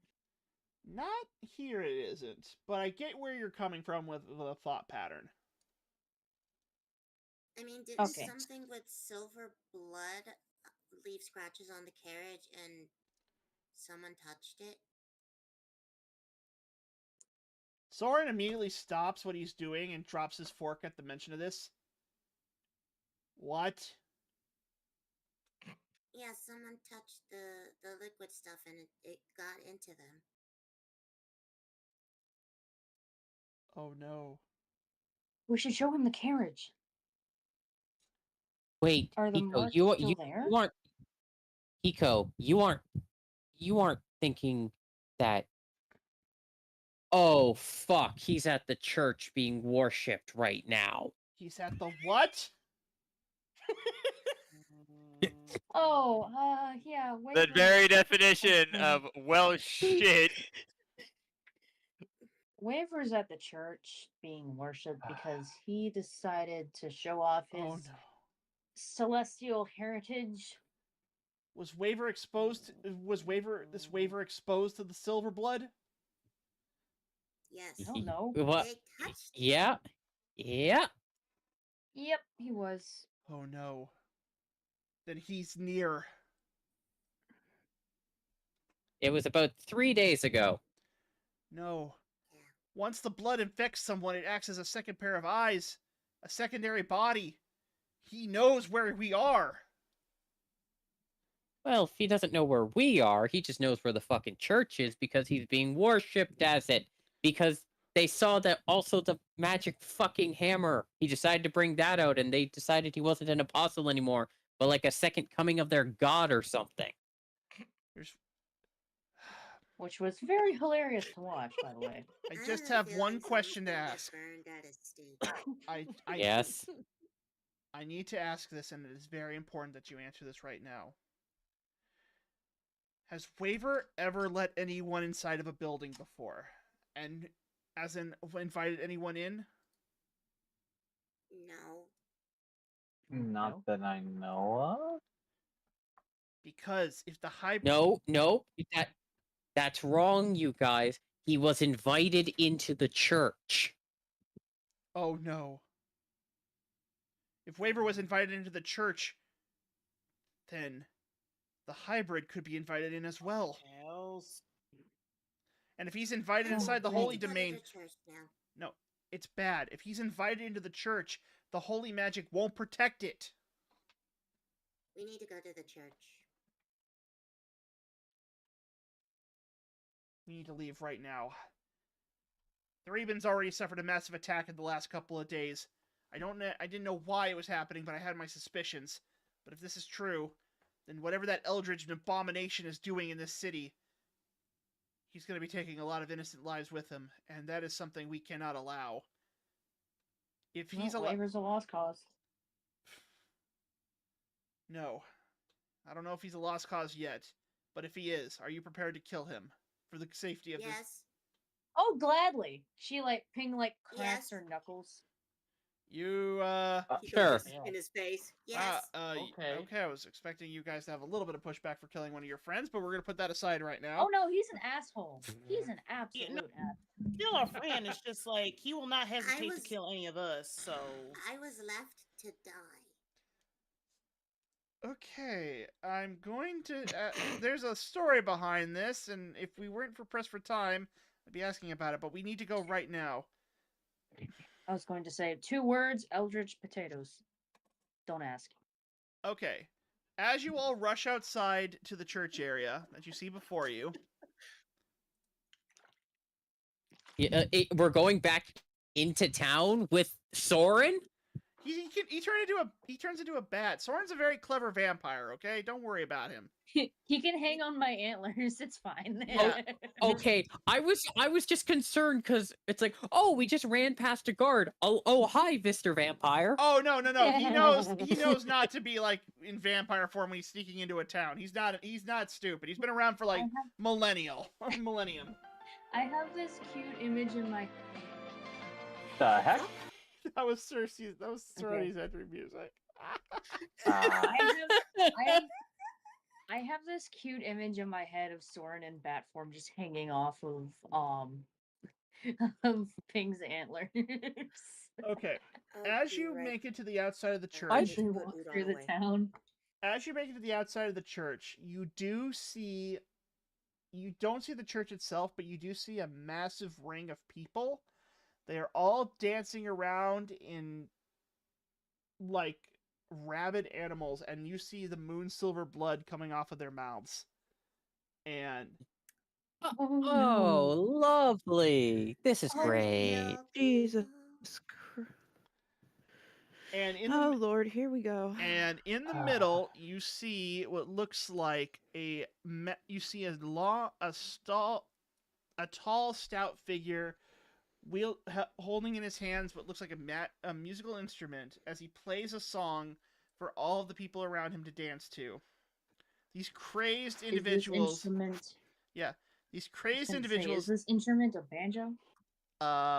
It's not a banjo. It's kind of like a banjo, but it's not a banjo. Hiko points. Mandolin? The banjo man. Yeah, kind of that's probably that's probably a better way to describe it. Like an old timey mandolin or something. Like a mandolin or lute or. Yeah, let's go with that. You just see them all dancing around the church, but they're not going in. Oh. Fuck. Oh, yay, it's a cult. Waver better be sitting on a throne dressed up like a fucking king. I swear. Who said I went into the church yet? That's true. We never did see where Waver went. Waver, where did you go? I mean, I was being led to the church, but we never got to that point where I could figure out where I wanted to go first. Well, we're gonna leave this off here this week. Yay. Whether or not we'll find out if Waver is in the church or if the massive amount of dancing cultists are here for another reason, but we'll come back to that one to find out next week what happened. Oh, wrong screen. There we go. Nice. All right. We never got the Waver, and we never got the Crawl. Crawl, I'm not really sure how we could have had more of your story. It's only been about 3 days since you kind of overthrew some of the. I was kind of like, we're gonna need to talk and figure out how we take care of your story next time. But okay, so that was this session, and we actually tackled a lot. I'm actually kind of surprised by that. Yay! Good job, guys. Into an entirely weird direction with my story. Genuine question, Garson. Yeah. How much did we skip by going out the window? You skipped about an hour because I had this really fun subplot, and I was like, there's gonna be a mini dungeon inside. There's gonna be like this big thing, and I didn't really know if. And then I was like, then I said, yeah, there's a window, and you are like, well, fuck it, we're leaving now, and you're just like, fuck it, we're leaving. It's like, I'll be real. I can give you something better. Yeah, Cross. Yeah. I'm gonna be real. It's weird that you had all that planned and yet are also to us like, hey, let's move it along so we can get to Cersei. I was like, you got a whole hour of stuff planned. Well, at that point, it was like it's just really funny. Well, at that point, I was like, okay, well, this dungeon ain't happening. Let's move on to the Cersei bit so we can at least get her back. And then you got introduced with my stupid shenanigans once again. I mean, possibly, but you can't deny it was a pretty fun turnaround. Yeah. It was and nice then you got to let Hiko just let all of that anxiety and just rage out while cussing out the guard. And then you have everyone jumping Geza. Pure chaos. Oh, well, this campaign will never be popular because we are just full of chaos. and as we all know, chaos is just not entertaining. No one likes chaos. Chaos is just not something people chaos. love. What the fuck do you mean? That's the joke. Yeah, that's the joke. That's the joke, Neffy. I was lying, Neffy. I didn't do it. You rolled really low on your insight check. We're still up. Hiko, what's up? Oh, he just asking. This was really fun, everyone. It was a lot of fun. Okay, let's raid on out to somebody and call it a night because I think we're all hitting the wall. My character has unlocked I'm God gonna bang my complex. head against the wall. I'm like a Bethesda NPC just walking into the wall. I'm gonna be honest. There's a part of me that's like, yeah, maybe we should just stop this campaign and go to campaign 3. I don't know how we're gonna make this work. We've gone too far. We got too far in the craziness department. Fuck off, Garson. But I earned the God if complex. we do end up doing a campaign 3, let me know. I'll gladly make a fun. I don't know. I don't think we'll need to do that. I don't think we'll need to cancel this because we're having way too much fun. Well, that's the thing. Yeah. Like, I'm the type of DM who's like, I'm the type of DM who's like, are y'all gonna cancel this? I don't want. Hold on, I was gonna say I'm the type of DM that's like, oh, now I don't know if this is good or not anymore. Let's scrap it and start over again. I know that. Don't you dare! Don't you dare! I am that DM too. Yeah. But Garson, I say this probably with the entire group behind me. Don't you dare fucking cancel this. Yeah, don't. This is fun. All right. Well, if you guys are having a good time, I won't ruin the fun. That'd be kind of a rude thing to do. In the meantime, though. All right. In the meantime, though, here's the raid message. And we're going to raid to Gongwa, because I haven't raided my buddy Gongwa in a while. And I want to give him some love. He's doing some, peak. What the hell's peak? Anyway, this week... okay. Anyway, so this week, we will be back, because I will be doing at least one Cyberpunk and one Date Everything stream this week, because... On Tuesday, because we're going to be dating. Yeah, okay, we're dating everything on Tuesday, and then we're going to the world of Night City to do something I like to call the lore... Oh, hang on, I'm just gonna cancel this real quick before I do the raid. Crimes. No, because I'm actually gonna be starting a new series of videos I like to call, the lore play, which is like a let's play, but for lore. Because I know a lot about lore. And, why not? I figure, why not? Let's try some new stuff. We're gonna try some new stuff! And it might work, it might not work, we don't know. Oh fuck! I need to make Lore a side play. note. I need to make a side Lore note. play. Lore play. Lore play sounds like a new form of foreplay.